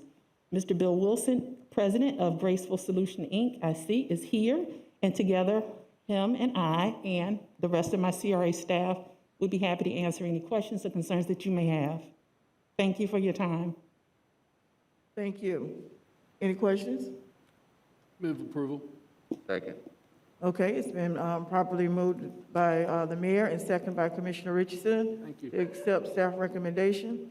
All in favor? Aye. All opposed? I'm adding my eye to the eye. Thank you. Thank you. Item number 7.03. Yes, ma'am. Tatum. Item 7.03 is the update on the Frenchtown, Providence, and Greater Bond Neighborhood First planning efforts and request directional funding of the Heart of the Hills project in the Providence neighborhood. We have John Baker, who's going to start off the presentation with the update. Can you hear me? Yes, sir. Good morning. Good morning, Madam Chair, board members. This is John Baker from Neighborhood Affairs. Today, would like to present to you, give you an update on the work we're doing in several of our NPSI communities, Frenchtown, Greater Bond, and the Providence community. As you know, through the Neighborhood Public Safety Initiative, we have been implementing the Neighborhood First planning process, which seeks to engage the community in visioning what are the things, what are the improvements that they would like to see within their community. With the leadership of their community action team, staff engages with them and with help from other city department, develop a neighborhood first plan. Our first effort was done in the Greater Bond community, which you funded perhaps 2 years ago, or 2.5 years ago, with $6.4 million. We then moved to the Griffin Heights. Of course, that's outside of the CRA, but not before you today. But we have been working with the Frenchtown community, and we're well on the way with that plan, expecting to wrap that up in a few months. But today, I have with me Robin Weiner, who will give you a more detailed overview of our work in Frenchtown, where we are, and the process that we're looking at in terms of wrapping up that plan and bringing it forward to the board for funding consideration. Ms. Leanne Watts-Williams will provide for you an update on our work in the Greater Bond neighborhood, as well as our efforts to engage with Providence in a refresh of their neighborhood renaissance plan. So I'll now turn it over to Robin Weiner. Good morning, board members. Again, I'm Robin Weiner with the Neighborhood Affairs Division. I'm going to give you a quick update of our work on the Frenchtown Neighborhood First planning process. So we began working with the neighborhood on the Neighborhood First planning process in 2019, the fall of 2019, really to start meeting with individuals and small groups in an effort to build that community action team, which serves as the sort of key group that oversees the planning process. We really formally kicked off the process in January of 2020 with an open house at the Lincoln Center. Over 80 people attended that meeting, and that meeting helped to solidify the priorities of the community and the priorities that they wanted to work on. The 6 priorities that were identified through this process are neighborhood safety and crime prevention, health and resident empowerment, housing, economic development and community investment, land use and transportation, and placemaking and neighborhood image. Through this process, there also were formed 3 priority area teams, and those 3 teams each took 2 of the 6 priority areas to really dive deep and work out what were the neighborhood concerns, what were the strategies the group wanted to identify, and what were the concrete action steps that could be taken to address those neighborhood concerns. These meetings also included looking at data and using the data to inform those strategies and action items. Excuse me, throughout those meetings, we also employed the use of a neutral facilitator, which helped the neighborhood establish goals and those strategies and items. Meetings were held in person from January to March of 2020, and of course, COVID shifted things for everybody. And we moved to a format of working with the co-chairs of the community action team and the priority area teams to work with all the input that we had already gathered and develop a draft of the Neighborhood First plan. So that draft is now available on talgov.com/Frenchtown. In January and February of this year, we went through a community input process. Some of the outreach that was conducted during those 2 months was Frenchtown residents and city staff were at the Frenchtown Farmers Market every Saturday in January. We conducted surveys at 2 different food distribution events in February. We surveyed in front of 2 local businesses, both the 4th Avenue Supermarket and Miss D's Kitchen, and also our partners at the Tallahassee Urban League surveyed their clients. We also had staff and our resident leadership team conducting individual outreach, calling people, going over to folks' houses to do surveys with them. We held 4 in-person informational sessions at the Lincoln Center where people could hear about the plan and also give feedback. We did 2 virtual presentations, one in January and one in February. Again, the plan was hosted on the city's website and also had a feedback mechanism there. We mailed a postcard home to every Frenchtown residents on file, and also sent an email blast to every email that we had on file. And then lastly, we used social media. We developed a video in partnership with our communications department, and our community action team co-chairs were the stars, and used that to encourage residents to give feedback. So where we are now is we have concluded our community input period and are working on finalizing and compiling the data and the input that we have gathered. We got a good response, and we'll be meeting on April 5th with our community action team co-chairs and priority area team co-chairs to discuss that input. And the next steps are to continue to work with them and the larger community action team to amend the draft as needed, to prioritize the plan's action items and projects, to develop implementation plans, and to finalize an initial funding request for plan implementation. So we anticipate hopefully coming back to the CAC and the CRA board in May, ideally. You said May? Yes, ma'am. Okay.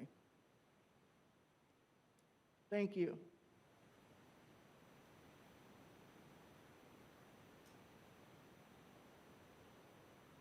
Who's next?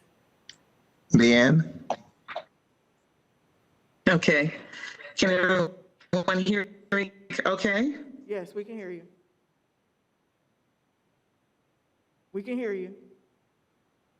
Okay. Thank you, board members, for the opportunity to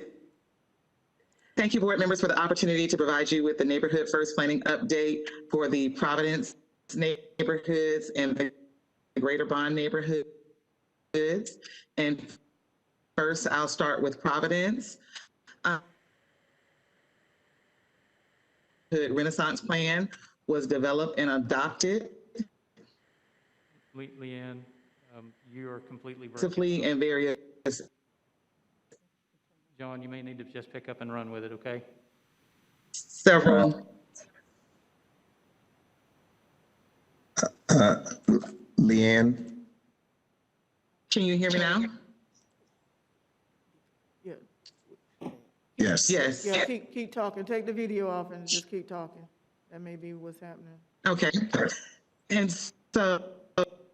Turn your video off, Leanne. You got low. In January, we re-engaged with the Providence neighborhood in partnership with FSU's Department of Urban and Regional Planning to launch a refresh and sort of to update the 2003 neighborhood plan. There was some community engagement for that refresh in February with a community conversation to garner feedback from residents and other stakeholders on the process. And we refocused it to be centered around, to be connected through the city's neighborhood first planning process.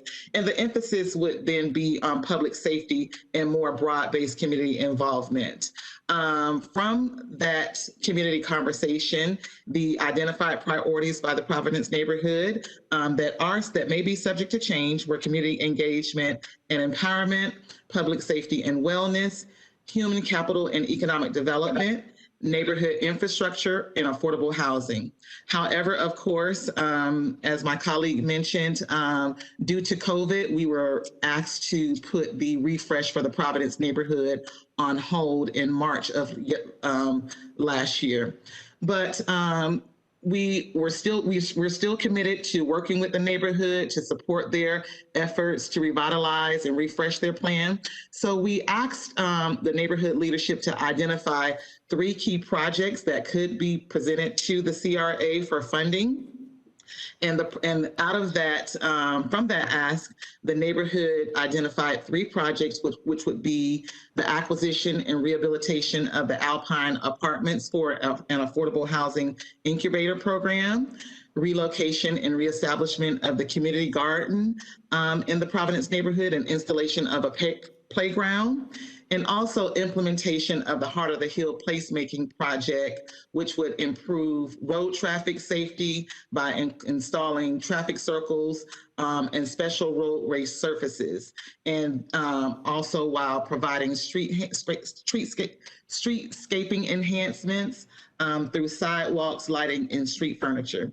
And that will be located in the area bounded by Lake Avenue, Hillsborough Street, Levy Avenue, and South and Highland Street. And so before you today, you do have a ask of $275,000 to fund the Heart of the Hill placemaking project. The other 2 projects that were brought forth to us by the neighborhood leadership, we will explore those more extensively through the refresh of the plan and that process, which we do hope to engage with FSU again. So just a quick note, at the February 3rd CAC meeting, we did ask for an update. We did make a request to approve $75,000 for implementation of the Heart of the Hill project, but after further evaluation by city staff, we did understand at that time the estimate was based on an anticipated cost, and since then it is now $275,000 is what staff recommendation is for that. And there's more details on that in the agenda item. So with that being said, in recent weeks, we have been meeting with the Providence neighborhood to discuss the best approach to the refresh of their plan and how to implement the infrastructure projects that they want to see in coordination with the airport gateway project. And so we've had some conversations with Blueprint staff, FSU Department of Urban and Regional Planning, and we hope to see how to roll that out over the next 10 months. And that concludes my update for the Providence plan, and I'll move forward to Greater Bond if no one has any questions. Any questions on the Providence refresh plan? Okay, please proceed to the Greater Bond update. Okay, so as you are aware, in December 2018, the CRA board approved the $6.4 million in funding over a number of years for the implementation of the Greater Bond Neighborhood First Plan. That when we got to that point, it was the result of an 18-month resident-led effort to develop strategic action items around that neighborhood's priorities. And so a number of those priorities were related to community beautification, economic development, and resident empowerment, land use, and neighborhood safety and crime prevention. So since the adoption and funding of the plan, several projects are underway, one being the Bond Community Linear Park that will connect Speed Spencer Park with the St. Mark's Trail and eventually the Tallahassee Junction. The park will soon be completed, and once final landscaping has been installed, it will be complete. It will also add green space and expand access to recreational amenities in the neighborhood and broader community, as well as enhance this area's stormwater system. As I mentioned, the park will connect Speed Spencer Stevens Park, and Speed Spencer Stevens has been furnished with, has been provided with some site furnishings, and there are plans to install more beautification items.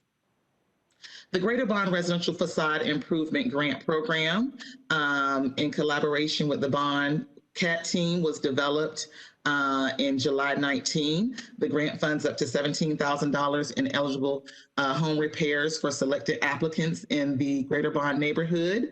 The applicants for the first round, we received approximately 200 applications, and from that, 13 were selected.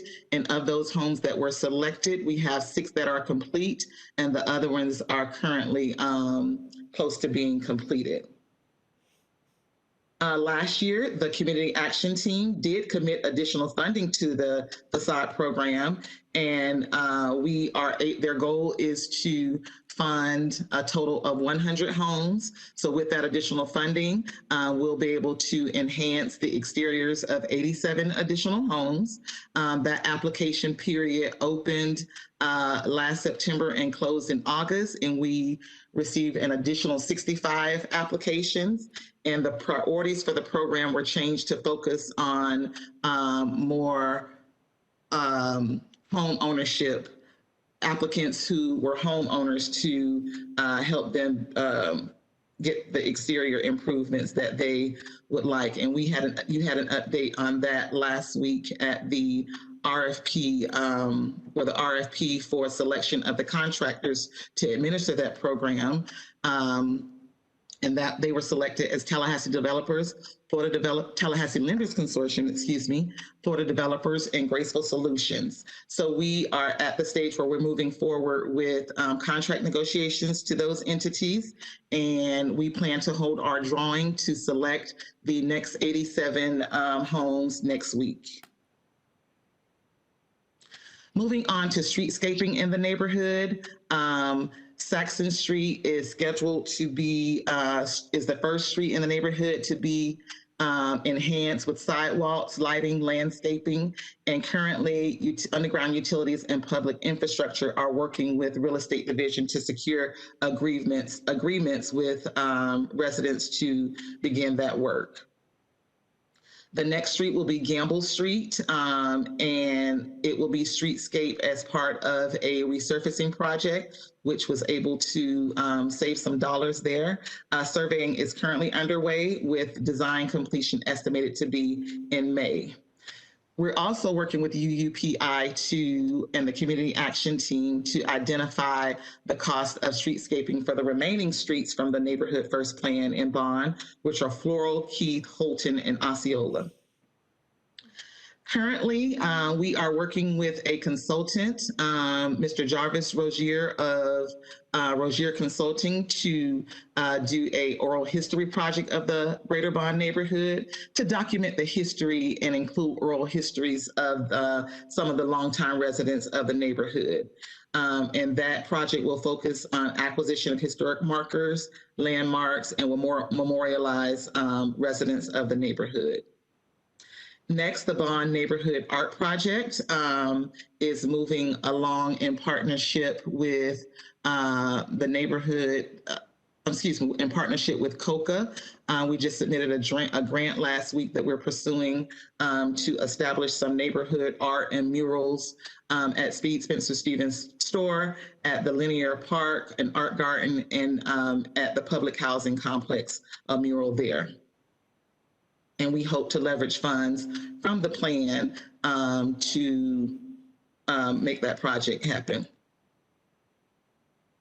And with that being said, that concludes my update on the Greater Bond and Providence Neighborhood First planning processes.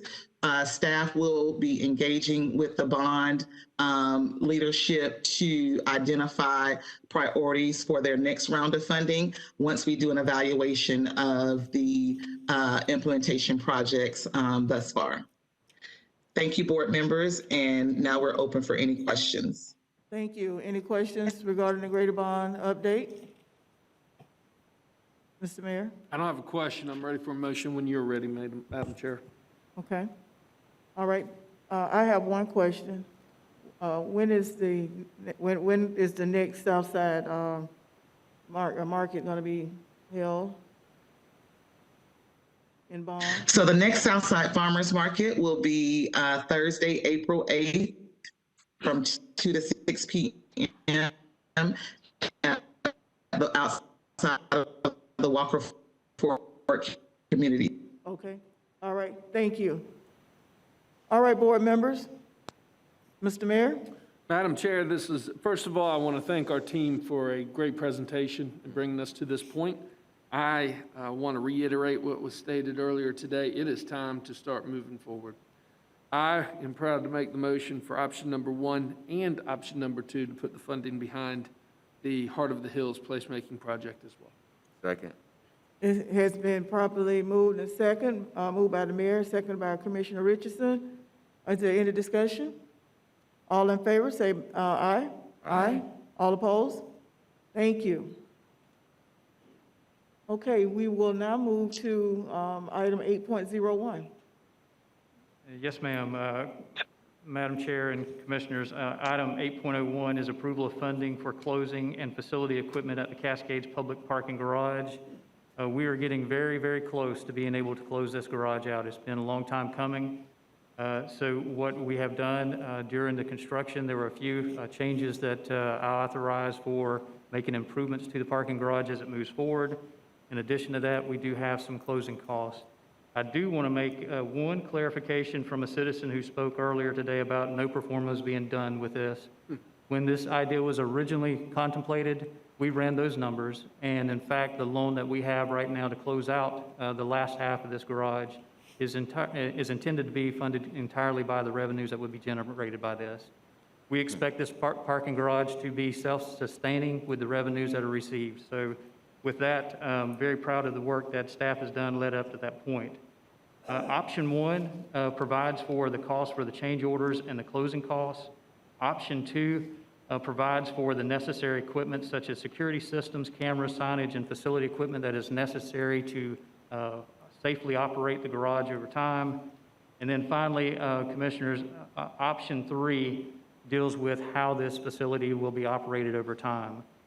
We provided you 3 options in your agenda material, and the one that makes the most sense for the City of Tallahassee and the CRA is to allow the city's parking program to administer this parking so that it is a seamless operation between all public parking within the downtown and throughout the City of Tallahassee that is owned by the city.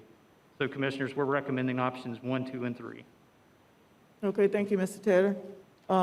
Open discussion, board members.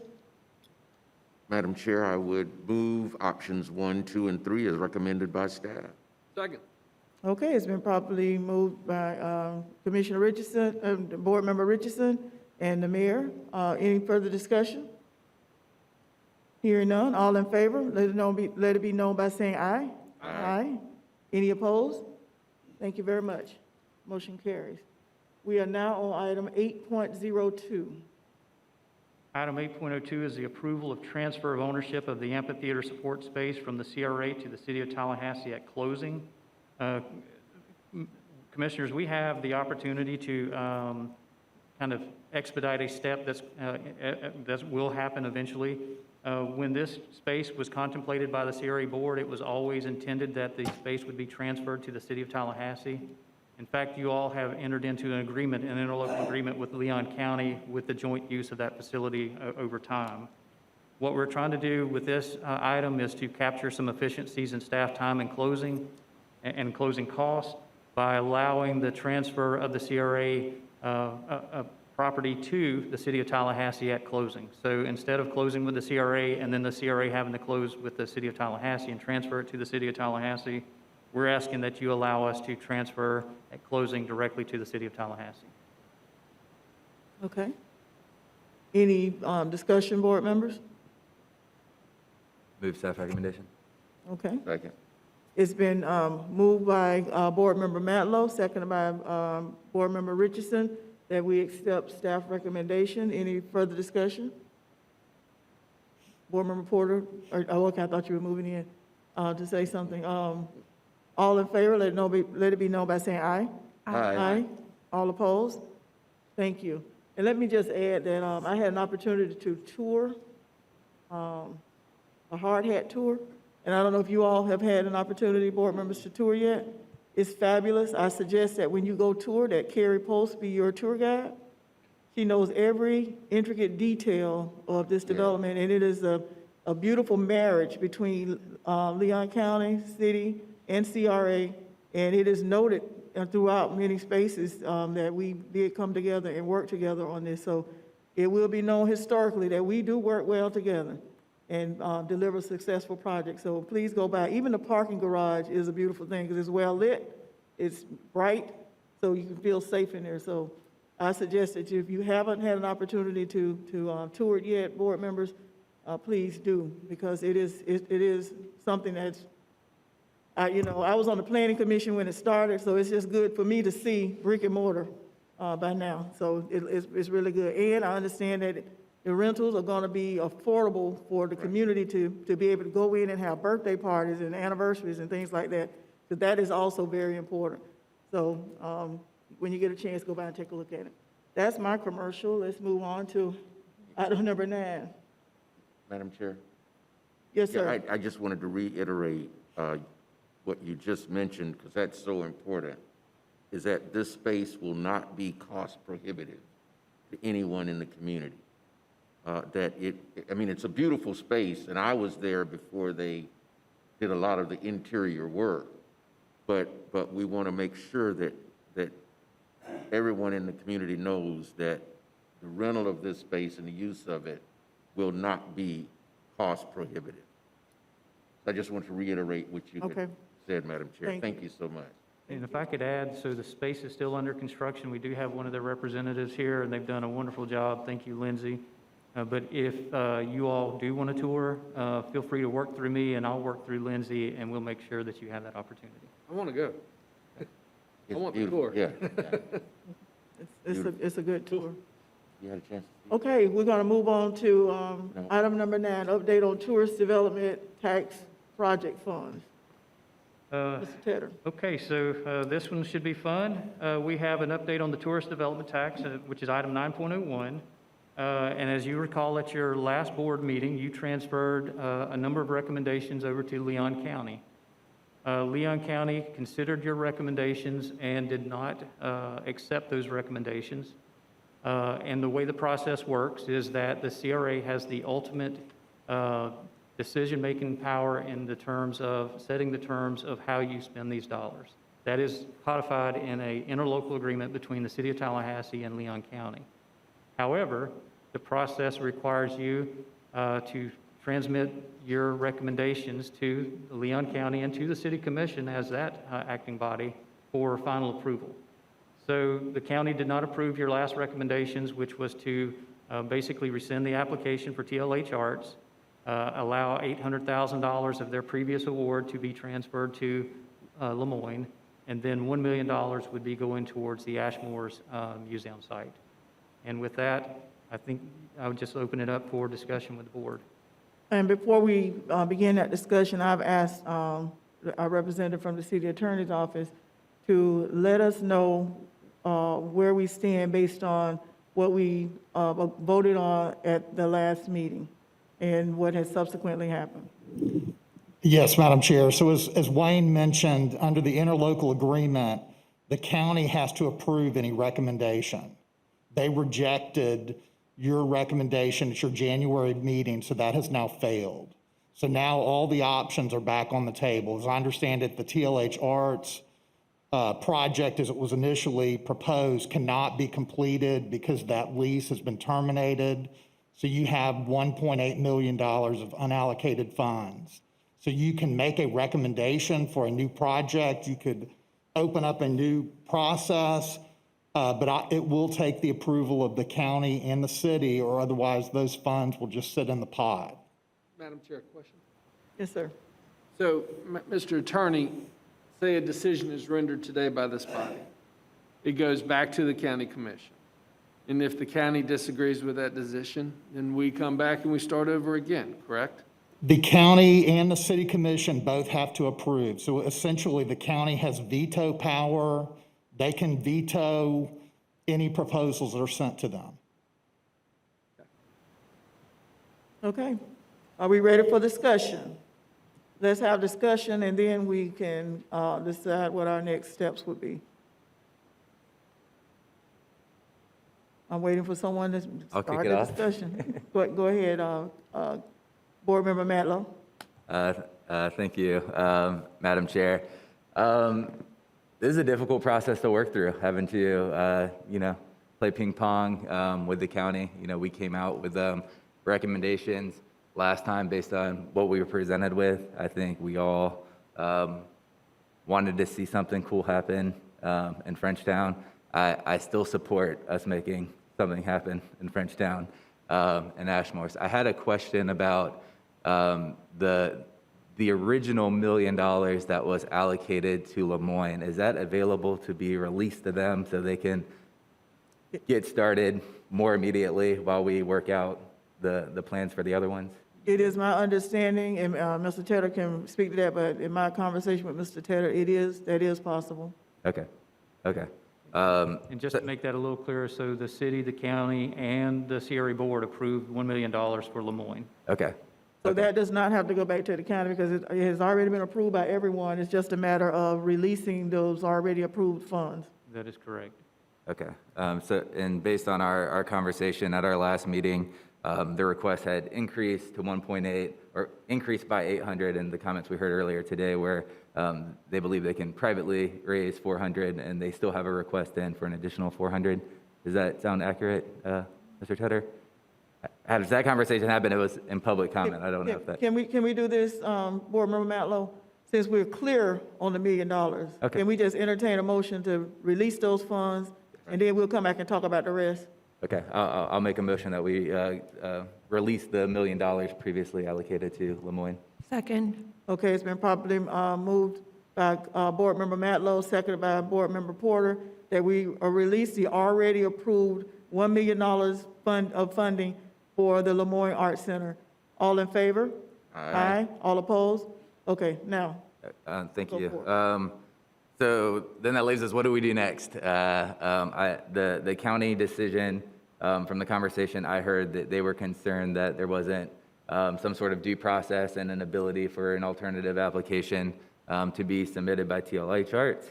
I appreciate the mock-ups given to us today. I think neither the Ashmore's project or the TLH Arts project at this time have the plan before us, what the build-out's going to look like, who's going to operate the facility, who's going to be the ownership of the building. At Ashmore's, are we going to continue it as a city-owned property and have a nonprofit operate it the way we do? The Riley House, will it be a similar coalition? I want all those questions answered, and I want to say this is not necessarily CRA money because it came through from the tourist development tax, but we are the CRA board, and we've been asked to make recommendations as the CRA board, and the CRA board, I think collectively we have said we very much value investing in these communities. So I don't want to step back from that as my position as a board member, because I do think we need to double down in Frenchtown and get more activity. It was mentioned by and just a little off track, but a public speaker earlier about the Renaissance Center. We still have giant letters on the main doors that say doors locked, enter out the other side. So I think as we get into Frenchtown and we talk about bringing, retail back to the Renaissance Center, have public access from the sidewalks into the Renaissance Center and get the whole flow when we get into the Ashmore's building, because I think we need to be all in. So what I think we need to do is, after we release those funds, go ahead and let those projects flesh themselves out and come back to us in their whole form of what it would cost and what it would look like. I completely support moving forward with whatever funding sources we find for Ashmore's, whether we can get this through the county or not. I think we need to make that project happen. We do, we advance funds for convention centers, we advance funds for parking garages, we advance funds for what I consider vanity road projects. We need to get serious about our neighborhoods and say, if we want to make things happen, we can find the money, and let's just go ahead and do it. So I'm open to ideas from everybody today. I'm very much committed to seeing something happen at Ashmore's, and I'm also listening to the county and wanting to make sure TLH Arts gets a proposal in that we can consider. I would like to see how much a new proposal, my understanding is they've been offered a free piece of property.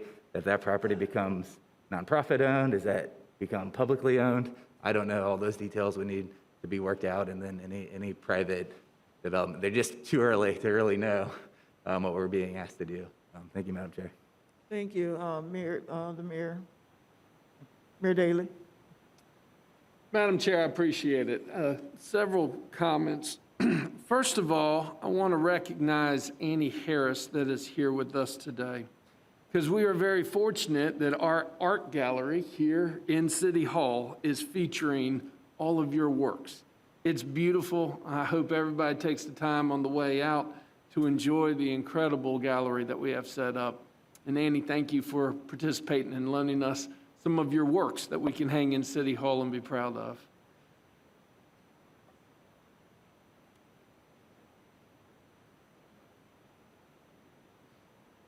Thank you. Number two, it's not part of this discussion, but I do feel compelled to recognize that I strongly agree with what Richard was mentioning earlier when it comes to some of the challenges, the historical challenges and the institutional challenges in our land use policy that must be addressed all over this community in order to move Tallahassee forward. I look forward to those conversations in the future. I think he's spot on, and it's something that we do need to talk about. To the issue at hand, Commissioner Matlow, thank you for making the motion. I wholeheartedly agree. Lemoyne is in a great opportunity to acquire the building next door. The motion to release the funds helps them attain that goal. That was the right move to make, and I'm proud to have supported it as well. So that leaves us right now with $1.8 million in performing arts. This is a complicated issue because we're talking technically about three different governmental entities, the city, the county, and the CRA. And we're not even talking about a funding source traditionally tied to any of them. These are tourist development tax dollars that also has their own funding associated and rules and regulations on how to spend. Probably much like my colleagues, it brings great pain to see incredible projects and people and friends and neighbors fighting over the same pot of money. So I always believe that we are challenged to come up with the creative ways to solve our problems and solutions. Let me tell you my thoughts, because while we have been talking about specific properties, in my mind it plays into a greater vision here in Tallahassee when we talk about heritage, culture, preserving history, and how we move forward.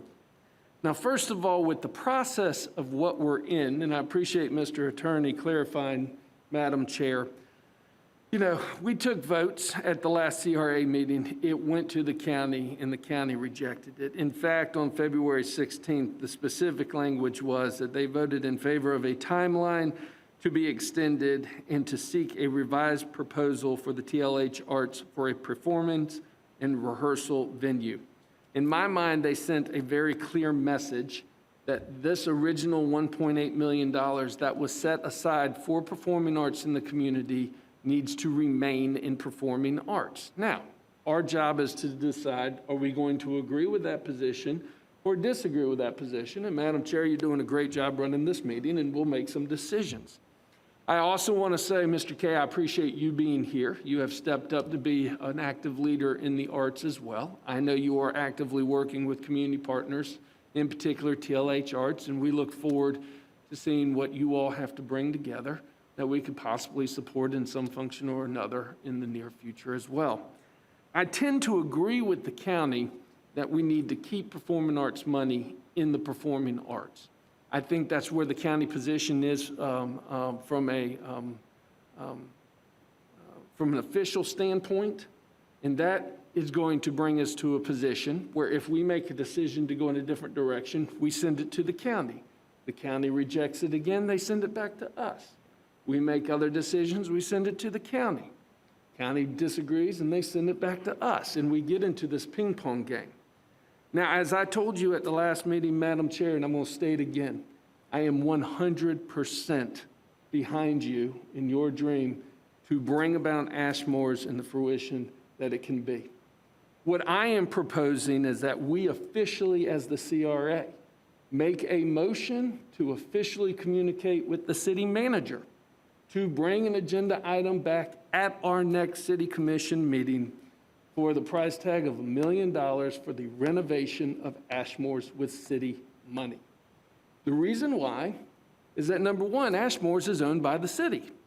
So even if we went down this path that we're on right now, it still gets a little complicated. It's a city-owned property that we're using tourist development tax dollars to renovate. I think we can keep it clean. We own the property as the city. We should renovate the property as the city. We can do that at the next meeting, and quite frankly, we could probably do it quicker than the back and forth that this process takes with the county's approval, and quite frankly, we don't need the county's approval to do so. We could take action today, we could take action at the next city commission meeting, and we can begin. But I also think that this plays into a bigger picture. And Altamise, if you wouldn't mind, can I entertain a line of questions with you real quick? Would you join me at the podium? A couple of the questions I'm going to ask Altamise are never different than, Annie, what you and I have discussed on your porch. Cheryl, what you and I have discussed over the past 2 years as well. Maisha, every time we get together, we talk about the cultural arts of Frenchtown and the greater Bond neighborhood and how to move forward. Altamise, you brought up, Ms. Barnes, excuse me. Ms. Barnes, you brought us an incredible proposal a couple of years ago to the City of Tallahassee in regards to the Riley House, and we joined in a partnership. And correct me if I'm wrong, the partnership still allows the board to have control of the day-to-day operations and the programming and the curation of the museum itself, while the city, through the Department of Parks and Recreation, maintain the facility, take on some of the financial responsibilities with the upkeep and everything. How has that been going? It has been going great. We do have, our board is still intact. We operate by policies and procedures just as you all are doing. We are incorporated with the state. We maintained our 501c3 status because we did not expect the city to carry the full load. We were very appreciative for you picking up that heavy load. But then there are other special events, special projects that we have to do. So that's why we kept the 501c3 and continue to write grants and what have you. The leadership from Parks and Rec has been phenomenal. The new 2 paid staff in the city are working so hard trying to learn the operation because we did bring in the new executive director. And also, there is an expanded partnership with the city because of the way it's being operated.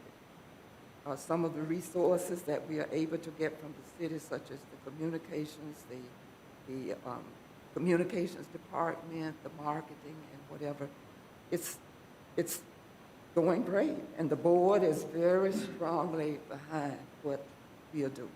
And the board has done a tremendous job, and I got to tell you, I think Ashley Edwards and her group at Parks and Rec have done, and Neighborhood Affairs have done a tremendous job as well. My bottom line is and I appreciate you entertaining me with questions, Would you say that this has been a very successful venture that we can recreate? Definitely. Thank you. My point is, we should be thinking bigger. We should not be talking about, and we're good, Ms. Barnes, I appreciate it, unless you have any other comments that you'd like to add, but we shouldn't be thinking just about Ashmore's and just about the Riley House. We should be thinking about the Taylor House and how we partner up with the Urban League with a similar proposal. We should be thinking about the Riley House. Both properties, by the way, which are on the historic registry. We should be thinking about Robinson's Grocery Store and how this plays into the overall heritage tour in the fabric of our community. These are all things we agree upon. These are all things that we've been discussing here today. So what I am proposing is really, just for discussion, I would like to entertain the motion if you are, and I'll defer to you. This is your issue that you brought forward. But I do believe that we can fund the $1 million for Ashmore's renovation through a city agenda item in budget because we control that process. And if it's a priority to us, it is a priority for the city. We would make a motion to formally communicate with the city to bring the agenda item back, which the city manager does have the authority to bring items to the city commission. And then I think that we should have a conversation as well about directive, whether it's at this meeting or at a city commission meeting, of the overall picture with a lot of these other historic properties that should be included. The Taylor House, the Riley House, Robinson's Grocery, Ashmore's. And when we talk about Ashmore's, let's not forget the building next door that gives us this incredible opportunity to bring another great restaurant to Frenchtown. So we've got a lot of conversations, and one thing I think that we all agree upon, we're ready to get to work. We're ready to turn some dirt. We're ready to invest in the community.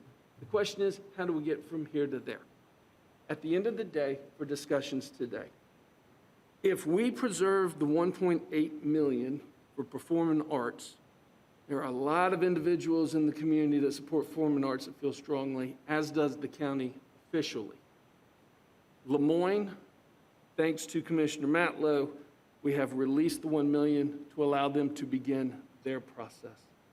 But at the same time, and I agree with what you said, we're thinking creatively, and I think collectively we have found a way to accomplish our goal of renovating Ashmore's without pitting all of these groups together. Those are my thoughts, and if you are interested in coming back for a motion at that point, I'll follow your lead, Madam Chair. But thank you for indulging me for a couple of minutes so I can speak. Okay, we'll come back. Board Member Porter? Thank you, Madam Chair. I agree with everything that's been said by my colleagues. I do have one question. Do we need to act on the change of scope that Lemoyne requested? That's still something we need to consider? Madam Chair, if I can briefly address that. As I understand it, Lemoyne has proposed a change in scope of their original project, which includes acquisition of a piece of real estate which was not part of their original proposal. So while the $1 million worth of funding has been approved and all the proper approvals are in place, if the scope of the project has changed, and we consider that to be a material change in the scope, it is going to trigger the need for county and city approvals for the changed project. On point, Madam Chair? Yes, sir. We passed on a separate motion at the last meeting, the change of scope for Lemoyne. The question before us is, was that also technically denied at the county commission as part of the recommendation? Therefore, as Commissioner Porter has brought up, do we need to do that again to ensure that Lemoyne has the change of scope? So, Mr. Mayor, my understanding is that the county action, they did not approve a change of scope in the Lemoyne project, but I will defer to Wayne or staff if there's any more clarification. But when I listened to the video of the county meeting, I did not understand that there was a specific approval of a change of scope for Lemoyne. And I would just add, in their agenda materials, there was really not even a discussion of the change of scope. So I had assumed, to be quite honest with you, reason for my response was that the scope was only a change of where and how the $1 million was going to be spent not in terms of scope change of the project itself. So the content of the project was the same activities, the same places. It was just going to be relocated in a building that exists rather than a building that they would have to build. So to be on the safe side, Board Member Porter, we probably better address the scope. Yes, I'd like to make a motion to accept the Lemoyne change of scope. Second. Okay, it's been properly moved by Board Member Porter, seconded by the mayor, that we accept the recommended change of scope. All in favor, say aye.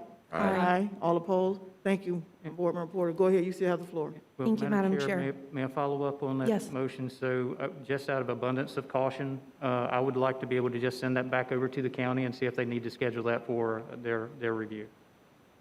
Thank you. Good. I can only speak for myself. I do want to apologize to the public for how convoluted this process has been over the past couple of years. I hope that we will take this as a learning opportunity to provide a more predictable environment for residents and applicants. So I look forward to that, and I appreciate the feedback that I've received, and I certainly apologize as well for, you know, we don't always have all the information. It's a learning process, and I certainly never intended to horse trade or anything like that. At a certain point, you also want to see things move along and happen, and so I'm glad that we're at this point and having a larger discussion. So I just wanted to say that. I agree that, you know, at a certain point, we don't want to do this ping pong thing back and forth, and I do think the county has been clear about what they want. And I would also, even if they had not said that, I also agree that we need, the project has changed a lot, and I want to see from TLH Arts where we're at with that, and I'm very grateful for the Ks for working with TLH Arts, so I'm excited to see what updates that you might have and what changes in funding or scope that will come out of that. I also and I am supportive of the Ashmore project coming before the city. I think that's a great idea. I didn't have that exact idea, but I was thinking we've got to find some other way to make that happen, and so I agree wholeheartedly. One thing that I do want to make sure that we are considering is who is kind of owning the project. You know, we're talking about the community because there's different stakeholders who have been involved at different points, and there's the neighborhood first planning process, and so I just want to make sure that whatever we do with that moving forward, that I don't know what it needs to look like, whether it's a stakeholder group or, you know, because it's a little awkward that we have the group that was the original applicant and then other people. So, you know, I don't have a solution right now, but I would like, if anyone has any ideas, I just want to make sure that while we want everyone included, there are decisions that are going to have to be made by the community and then by the city. And I'm not sure the best way to move forward with bringing those groups together. So that's where I'm at. Okay, thank you, Board Member Porter. Board Member Richardson? Thank you, Madam Chair. Just briefly, I think everyone has hit on the points that we needed to consider. And Mayor, well, first of all, I want to thank Commissioner Matlow for his point and the motion to release the funds for Lemoyne. They have been rock solid in this community for a long time in the performing arts, and certainly are in need of our support here and should get our support. They have been very active in this community for a long time and have their spring event coming up, and I would suggest that we all support them in that as well. But Mayor, I like what you have proposed to go ahead and release the 1.8 to Tallahassee Arts. And the reason I do that, I had a conversation with Jake, and when we were considering the Performing Arts Center, one of the questions that I asked time and time again, and that was why I wanted to reiterate even the space at North American Properties, at Cascades, that it will not be cost prohibitive. But even then, one of the questions that I continued to ask was, would that Performing Arts Center be available for some of the performing arts groups in the community, particularly coming from the African-American community. One that I thought about in particular was the African-American Dance Theater when JaVale and Marcus Robinson had that organization going, because they didn't have the financial resources to be able to afford that performing arts center, if in fact it was approved and eventually built. And I say that to say this, because that's exactly what Jake is attempting to address through the TLH Arts Project. Those groups that typically venues may have been cost prohibitive to them for practice and performances, that's what this project will address.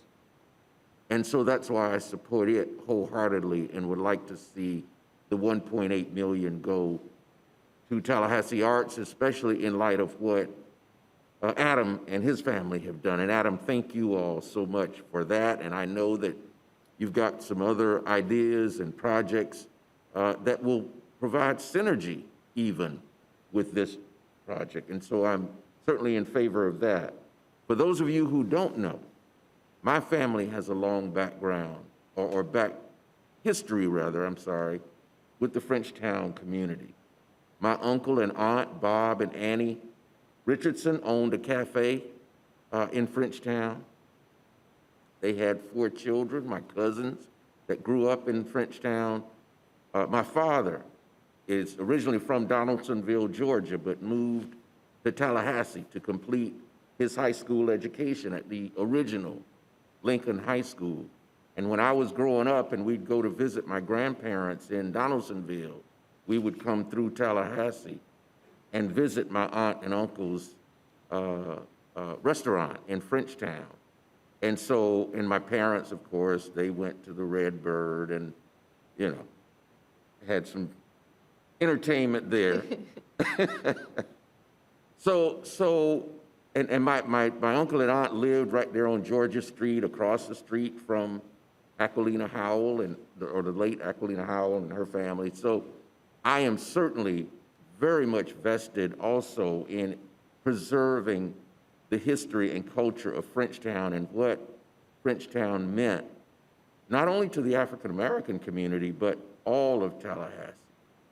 And so I am committed to working with my colleagues here on the commission and the community at large to make sure that that history and culture is preserved in Frenchtown, be that at Ashmore's or, as was mentioned, another site, but to certainly make the commitment to make that preservation happen in the Frenchtown community. And so that's where I am on that issue. And like I said, Mr. Mayor, I think you've come up with a great plan for beginning to move us forward in that direction, and is one that I could support. Thank you, Madam Chair. Okay, thank you. Where I am is, I believe we do need to, as Mr. Sims say, we need to turn words into deeds. Yes. It's now time to act and put our money where our mouth is. I like your proposal, Mr. Mayor, but I need a commitment that we know where those $1 million are and that they are available for this use. I don't want to leave here today with the vote to go look for it, and then we find that we don't have it. That, in my opinion, would be not what we would want, because that would, again, be a disappointment to the residents of not just Frenchtown, but the city of Tallahassee. So if they're, and the city manager's tied up, so I've asked him via text, can we find $1 million somewhere? And he's tied up and can't get to us, but there's because I don't know all of the intricate details of the city budget, and things are always happening. But he indicated that it'd have to come from the deficiencies fund. And we know what the deficiencies fund is, right? I would not want to go out on a limb saying that if there is monies available in the deficiency fund, then we will do this. I was a programmer, and we did if, then, else. in our coding. I don't want to do it if this is available, then we'll do this, else we out of gas. I don't want us to do it that way. We need in my opinion, we need a firm commitment that we have $1 million. And if we can't find it there, we need to know that we can find it somewhere. So that, again, you're right, we don't need neighbors pitting against neighbors over money. But this is what we, unfortunately, have become because we have competing priorities. And we have those who have access to capital, and we have those who don't have access to capital. So government has to come in and try to balance things off. I like the ideal of being able to have it all. One of the things that I have not heard this morning is, well, I haven't heard us talk about, is that Lemoyne also asked for $400,000. But we're talking about 1.8 for TLH Arts. Well, it sounds like if we're in agreement with the 400,000 additional dollars that Lemoyne has asked for, we're not talking about 1.8, we're talking about 1.4. So I didn't hear anybody discuss that in our conversation, but that is something that's still out there. And I know Board Member Matlow, you were heading there, and we stopped you so we could just get the $1 million off the table. But we still need to wrestle with that. If we can find a way to do them both, I'm on board. I like the city option because it goes faster, and you're right, we don't have to go back to the county to say, please. We can just move forward with it. But I need to know that we have $1 million, and I don't know if somebody somewhere can find somebody who can tell us yes, and go ahead and earmark it, or hold it so that when we meet as a city commission, we can then move in that direction. But I don't want to leave here today and then get to the city commission meeting and be disappointed because we don't have the funds. We're coming out of a pandemic. Yes, federal dollars are coming down, but those federal dollars are covering holes that have been created as a result of the pandemic. So where does that put us? At decision. That's where I am. I hear you, my colleagues. I'm not disagreeing. I want it all. I want it all. But I don't want to choose a group and then leave the other one out in the cold with a possibility and and uncertainty. So I'd like to hear more. Or if someone has a better option or another suggestion, please come forward. Board Member Porter, I saw your hand first, and then we'll come to Board Member Matlow, and then the mayor. Thank you, Madam Chair. I just wanted to address that I hear what you're saying about the $400,000 that Lemoyne requested. What I would like to see would be proposals from TLH Arts because so much has changed. And with the donation of the building, I mean, maybe they don't need the 1.8. I'm still open to considering the 400,000 for Lemoyne and finding a way to make that happen if that is possible. That is still on the table for me. Thank you. Thank you. Board Member Matlow. Thank you, Madam Chair. And I agree with the mayor's recommendation. I think it's important. A lot of times we get pigeonholed, I think, into budget corners, and I think we've kind of got that right here in this grant funding. We also, a lot of times if it's going to be invested in the Southside or the Frenchtown, it has to come from the CRA. We're one city. We're one county. Investments in neighborhoods should come from everywhere. A CRA is designed to be that extra boost. And so I think, looking to the City of Tallahassee to find funds for what are our priorities as commissioners and as board members is appropriate. I very much appreciate Commissioner Williams, Chair Williams-Cox. Where's the money going to come from in the fiscal impact? But I do know, as we've had priorities arise in the past, we've been very effective at finding those funds, whether it's federal money coming in, whether it's finding a spot in the budget and shoring up our deficiencies. I believe we can do all of those things, and I think if we're all committed as board members and commissioners to deliver that, as the leaders of the city, we can and we will make it happen. And it has my 100% support to see that through to the very end. For the grant funding, the 1.8 remaining, we need a proposal, and 1.8 is a number without a proposal. That's where I'm at on that. So looking for direction from board members of, are we asking them to prepare a final proposal and bring it back, or are we looking to release 1.8 million and send that to the county while they develop their proposal?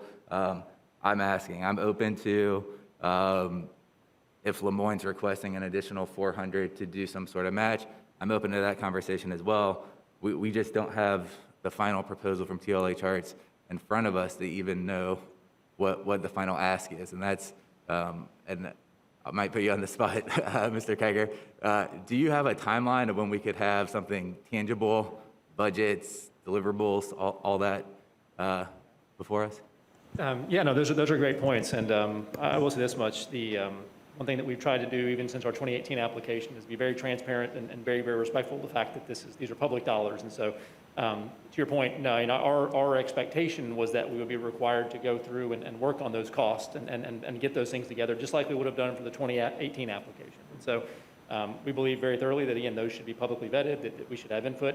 And on that note, in terms of the timeline, the one unknown that we have, and Mr. Kay is here as well, he may be able to comment, even back to the TPAC side, is, as Mr. Richardson mentioned, this is a collective act, a collective group, a very a group effort. And so right now what we have done is over the last 30 days, it's been a sprint, what you've seen before you. I mean, I think that given what we've been up against, what we've been able to accomplish, and obviously finding an alternate location, getting the groups together, getting the basic plan together has been great.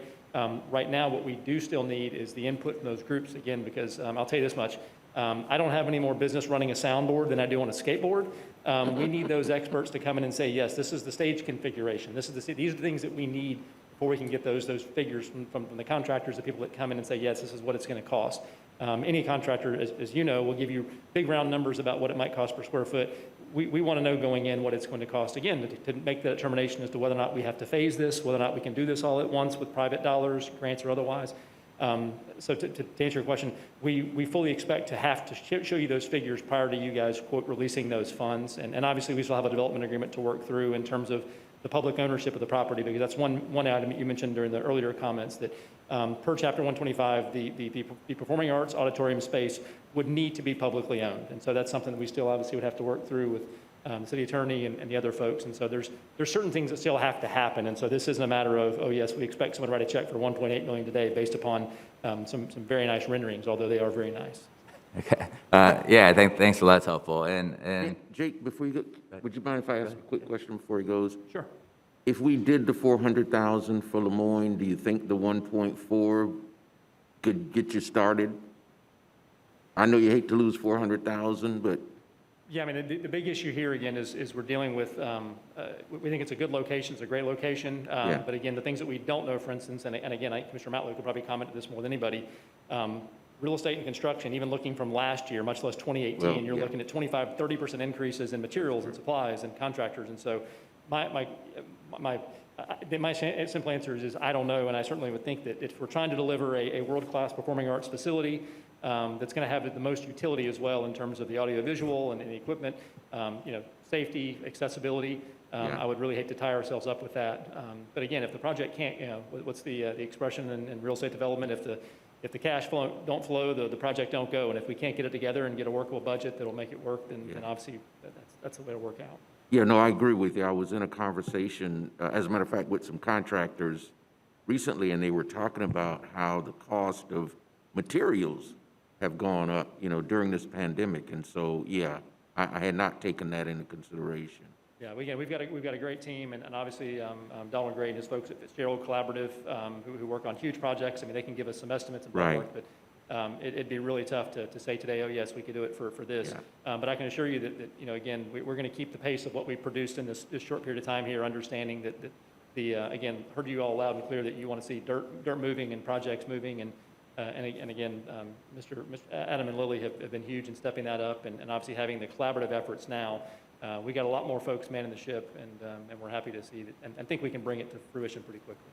Okay, thank you. And first off, a lot more progress has been made on TLH Arts since our last meeting than I think had been made in a long while. So that's refreshing to see. I see new building opportunities and collaboration. I too have heard from a lot of people in the performing arts community that want to see that component happen. So I will be in supportive of that. I think we should go today as we've done the motion for the $1 million to be released to Lemoyne. I think we should commit to the city of Tallahassee picking up Ashmore's, and then we can't send a recommendation to the county for the other 1.8 million. Change of scope. The motion for. And the change of scope, right. So that item would be sent to the county so they can approve that immediately. The remaining 1.8, Mr. Kiger? Sorry, point of personal privilege just on the procedural nature of that, just to make sure we're not going back on the ping pong. My assumption would be that the same CYA we would need on the change of scope, Lemoyne would probably do the change of scope for TLH Arts as well. I'm getting there. So the 1.8 that would be left over, I don't think we need to take action on that today. I think the county has asked to give TLH Arts time to submit a new application that would include the change of scope and those sorts of things. So I think at a future date, when you know your cost, we know your cost, we can decide at that point if we need to deliver $1.8 million to TLH Arts, or if we can break off and do $400,000 and help Lemoyne as well. Knowing we all want to work together, knowing releasing the $1 million immediately at least lets Lemoyne secure the building that's for sales and gets them more time, and knowing if this city commission gets going on Ashmore's, that's probably going to be the first of these 3 projects to come to fruition. Thank you, Madam Chair. Okay, any other comments? Ms. Mayor? Are you ready for a motion as well? Oh, Yeah, let's do it. I'm sorry, Board Member Porter. thank you, Madam Chair. I agree with what's been said. I'm ready to entertain a motion or to vote on this. I want to clarify just one thing. Should we be providing a deadline for TLH Arts to provide that proposal?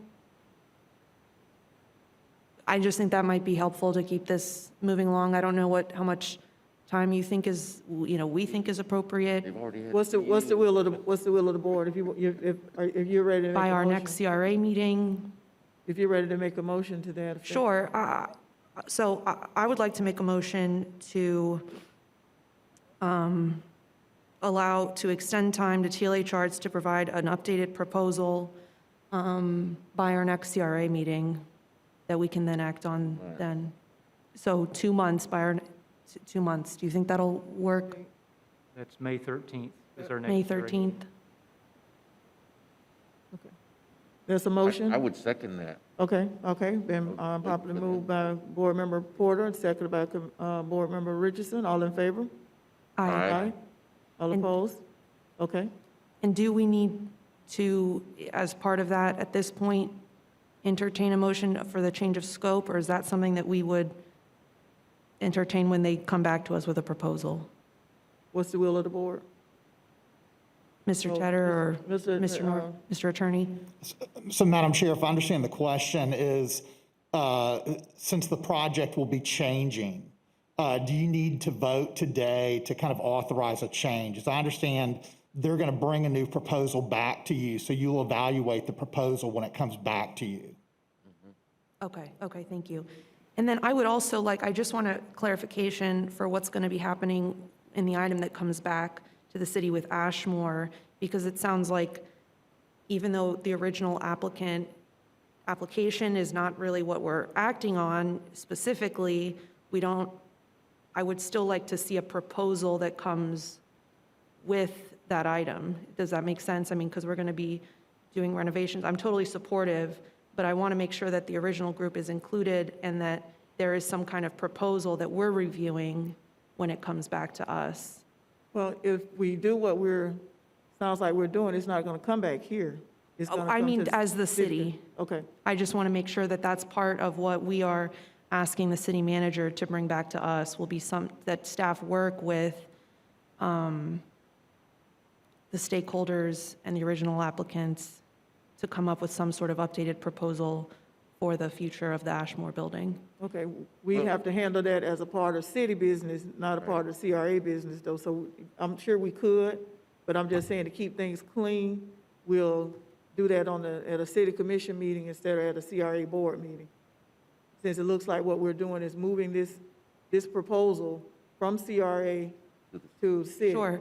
Yeah, so. No, and I understand, that's fine. I guess I thought since we were already asking the city manager to bring it back, that could be included as part of that, is just. Well, no, we haven't asked the city manager formally to bring anything back yet. I was just reaching out to him to say, hey, we're over here talking about $1 million. Is there, where, is there somewhere to find it? So that just kind of informally have an idea when we leave here that is even a remote possibility. Okay, thank you. On point, Madam Chair. Okay. Yeah, I'm coming. I agree. I just think today's conversation, we're deciding where money's going and how it's being allocated. I think the conversation of what happens in Ashmore's, who's in charge, who runs it, the day-to-day, everybody involved with visioning it, that's a huge conversation to have at the city commission. I agree. We need to bring people in, people from the beginning, people from the neighborhood, people who live there, who don't even know we're having this discussion. If they want to be involved in the future of that site, let's bring them all in. And I think that's a conversation for the city commission but today just asking the city commission to dedicate the $1 million, which relieves this decision of, makes it a little easier in the decision we're making today. Thank you. Okay, Mayor. Madam Chair, first of all, once again, I want to thank you for your vision for bringing this project before us. This has been kind of an interesting process, but you formally brought it to us. I want to thank the community for starting this entire vision and getting it here. It has truly been a collaborative effort. To answer your question, and I completely understand, you want some assurances where the money is. Madam Chair, I will tell you that, number one, I'm not going to disagree with the city manager, but I feel pretty confident, and after 14 years of doing this between the county and the city, we can probably sit down with our capital improvement projects budget, the brick and mortar money over the next 5 years, look at some of these projects that are coming down the pipe, and we can probably redistribute $1 million if we need to. I feel very comfortable, and I don't want to get into any specifics right now, because I think it's good budgeting practice to give the city manager a wide leeway and not pigeonhole into a specific, as you said, idea. But I feel pretty confident that this is a priority of this board that also happens to sit as the city commission, that it will be fully funded and not out of contingency by the time it comes before us. And if the manager or the team would like any suggestions, I'll be more than happy personally to sit down with them and let them know my thoughts. With your checkbook? I'm sorry? With your checkbook? You better believe it. But I fully support Ashmore's. We all fully support Ashmore's. We're going to do it out of the city budget. So I would like to make a motion that we send formal request to the city manager to bring back at the next city commission meeting an agenda item for consideration for fully funding the renovation of Ashmore's for $1 million. But can we, Madam Chair, can we do that today, sitting as the CRA? I don't think so, Mr. Mayor. What we are simply doing is asking the city manager to bring an item back. Technically speaking, we don't even have to have a motion. The city manager under the charter has the ability to bring any item before us that he chooses. I mean, he could wake up this morning and say, I'd like to bring this back. I'd like to bring this before the city commission. But as a governmental entity, the CRA, you better believe that we have full authority to formally recommend. That's just like on our city commission meetings where we have the spot on the agenda, where we have formal communications from other governmental entities and other bodies. Yeah, we could do that. This is a formal governmental entity making a formal request to the city commission. Okay, so now Board Member Richardson wants a legal opinion on that. Yeah. So, Madam Chair, if I understand the question, is it appropriate for the CRA as a board to make a request to the city manager to put an item on a city commission agenda? And my answer is yes, that is appropriate. Again, it will be a separate entity, the city commission, that will make the decision on the item, but certainly this board can make a request. In particular, the Ashmore property is a CRA-owned property. It's a city-owned property, Yeah. not a CRA-owned property. Yeah, it's a city-owned property. It is a city-owned property. Okay, is that a city? Okay, and then, so I stand clarified there, but certainly it is an appropriate request. That is my motion. Okay. Second. I'd second that. Okay, it's been properly moved in second. Can I ask for a friendly amendment to that? That if for some reason we're not able to, or maybe we'll do a second motion. Okay, all right, I'll leave it clean. Okay, any further discussion? All in favor of the motion on the table? Aye. Nobody say aye? Aye. Okay, Board Member Richardson. Madam Chair, I think that certainly you have a lot of the players right here in the room, maybe listening on Zoom. They've heard this discussion. I would think that they would be making some plans to answer your question, Commissioner Porter, to marry the two groups and hopefully begin to have some discussion about how we move forward, with this item. So, just saying. Okay, all right, absolutely. Now, and where I was going was, I would like to have a plan B if for some reason, when the city looks at it and there is no way or not a clear path to do it, that we have some safety net here where it can come back here for consideration. Madam Chair. Board Member Matlow? I fully support that. We haven't made any determination on the 1.8 million, so if the city cannot deliver for any reason, I'd take that back up at the next CRA meeting after the city comes to that conclusion. Okay, let's formalize it. Was that a motion? I'll be more than happy to make it for you. Okay. Or you want to make it, and I'll say it. It doesn't matter to me. Go for it, I just need that, I need some insurance. Oh, on that? Yeah, certainly.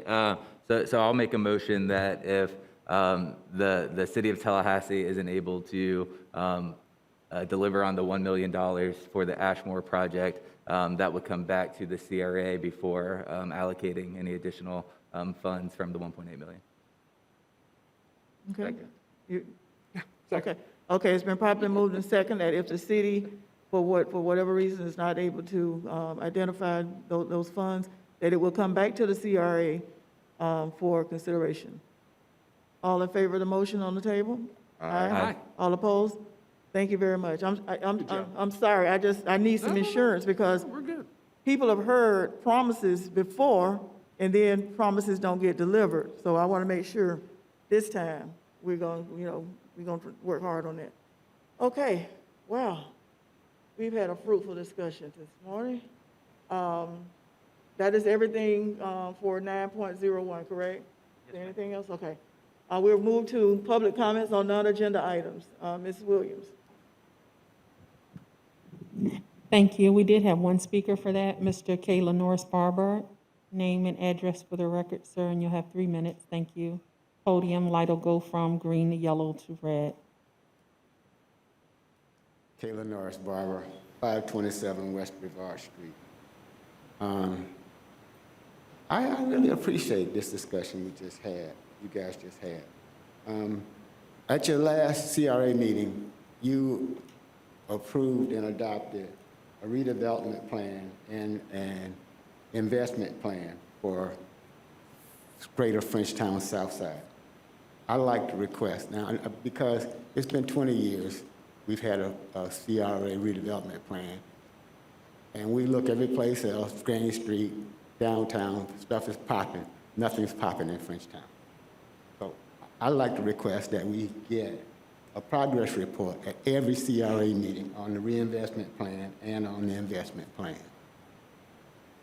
And I hope you'd honor that. Listen to the discussion about the city versus the CRA a few minutes ago. Over almost 2 years ago, you guys had an item on your agenda relative to restructuring the CRA. It never came to you for a vote.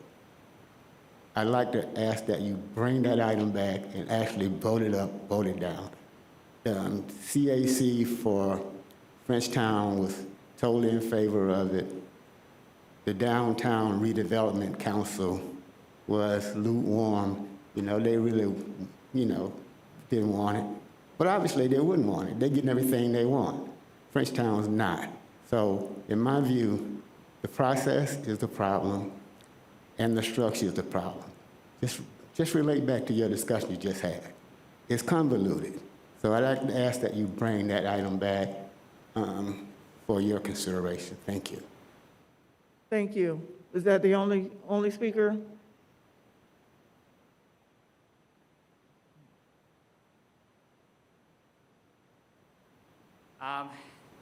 Name and address for the record. 1001 San Luis Road. I appreciate the conversation you just had about committing to redo Ashmore's. I am still concerned that you have voted to allocate $1.8 million to a proposal that doesn't exist.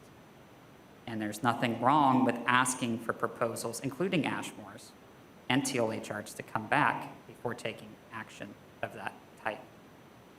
And I think this is part of the process that we're seeing.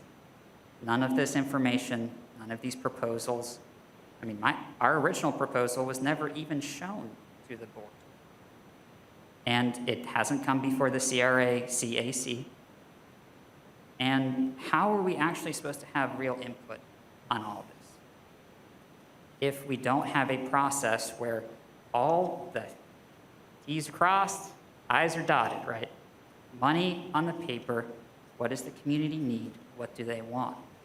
Nothing bad would have happened if you said, hey, come back with 2 proposals, then we can see how to split up the money. And that is an issue.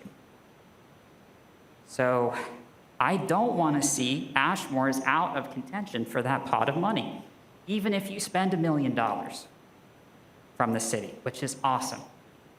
That money was for arts, culture, and heritage, and the performing arts too, which our original proposal had all of that. And we need to get everyone from Frenchtown in on this.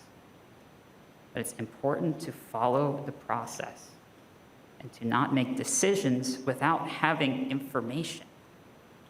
We have no idea how much TLH Arts actually needs. Is their site even acceptable? They just chose a 3,500 square foot building that's not big enough for a black box theater. So we're committing all this money without actually having a plan or input. That's what I'd like to see change. And I'd like to see Ashmore still able to get into that. I'd like to see 1.4 million. Let's find another 500,000 to go for the arts in Frenchtown. So there must be a change in the CRA, how these proposals are given, how they're analyzed, and the process in which it appears. Thank you. Thank you. For a point of clarification, board members, we did not allocate $1.8 million to a project today. That's correct. Did I miss that? We did. And the Ashmore project is still in the running for any of the 1.8. Okay, I just want to make sure, for anyone who's watching, to be clear, we did not allocate any money to TLH Arts, nor Ashmore's today. So I just want to make sure I didn't pass out and I missed that or something. Well, let's also be clear that the process that keeps being mentioned took place before any of us were elected to the city. I believe even you, were you on the city commission? No. It was even when you were in the House of Representatives. Now, for whatever reason, that particular project did not receive funding. That was done through a formal process of a group that was put together through COCA Yes. specifically to identify. That's where we got the 1.8 million commitment to TLH Arch. That was a process held by citizens 6 years or 7 years ago. At least. And because of what has happened, we are where we are. So I just want to make sure we're all on the same page, understanding that as well. Madam Chair. Kumbaya, kumbaya. All right, is there anything else to come before this board? I have one item, Madam Chair. Okay. Okay. Oh, okay, I'm sorry. We have another speaker? Okay. Thank you. Okay, I have, again, Mr. Paul Kraft, your name and address for the record, sir, and you'll have 3 minutes. Podium light, green to yellow to red. Thank you.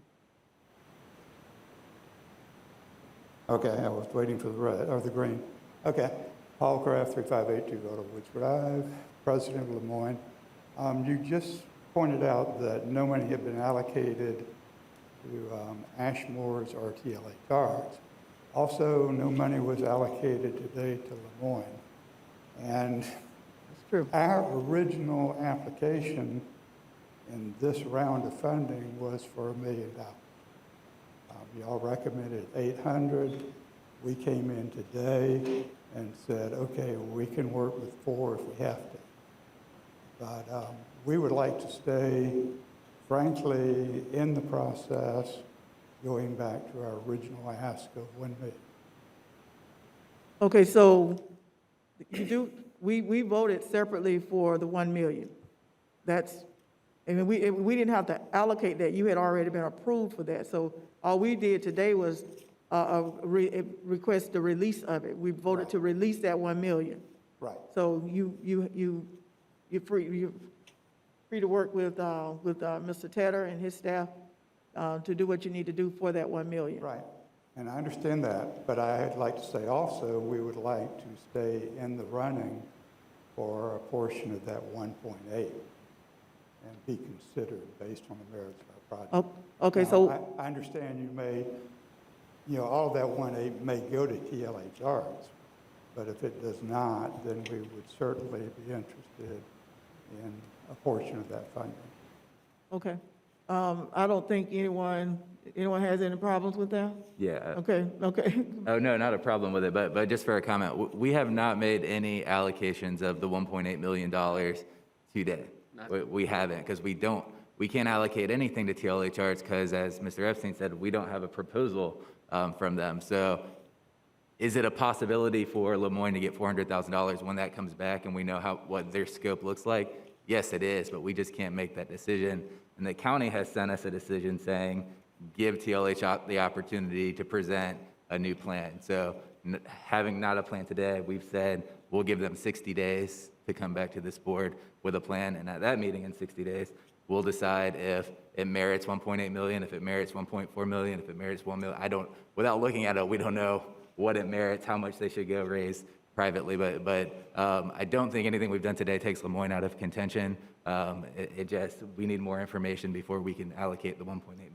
Okay, well, that's all I'm asking. Okay, thank you for bringing that to our attention so we can make sure you get that clarification that everything, we've talked a long time, but 1.8 million is still on the table. Right. Okay. Thank you. All right. Does that conclude our speakers? It does. Okay, board members, I know the mayor has something. I'll just come, if you have something to add, we'll just come down the line. Madam Chair, colleagues, this is not necessarily a big issue. It's more of a technical issue. As you know, I represent you on the Affordable Housing Citizens Advisory Committee. We had a meeting earlier this week, and as the official representative, they asked me to bring this back to the CRA to propose to you. We set a policy, a year ago, Wayne?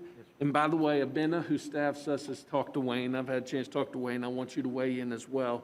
We set a policy as we build new construction with CRA dollars.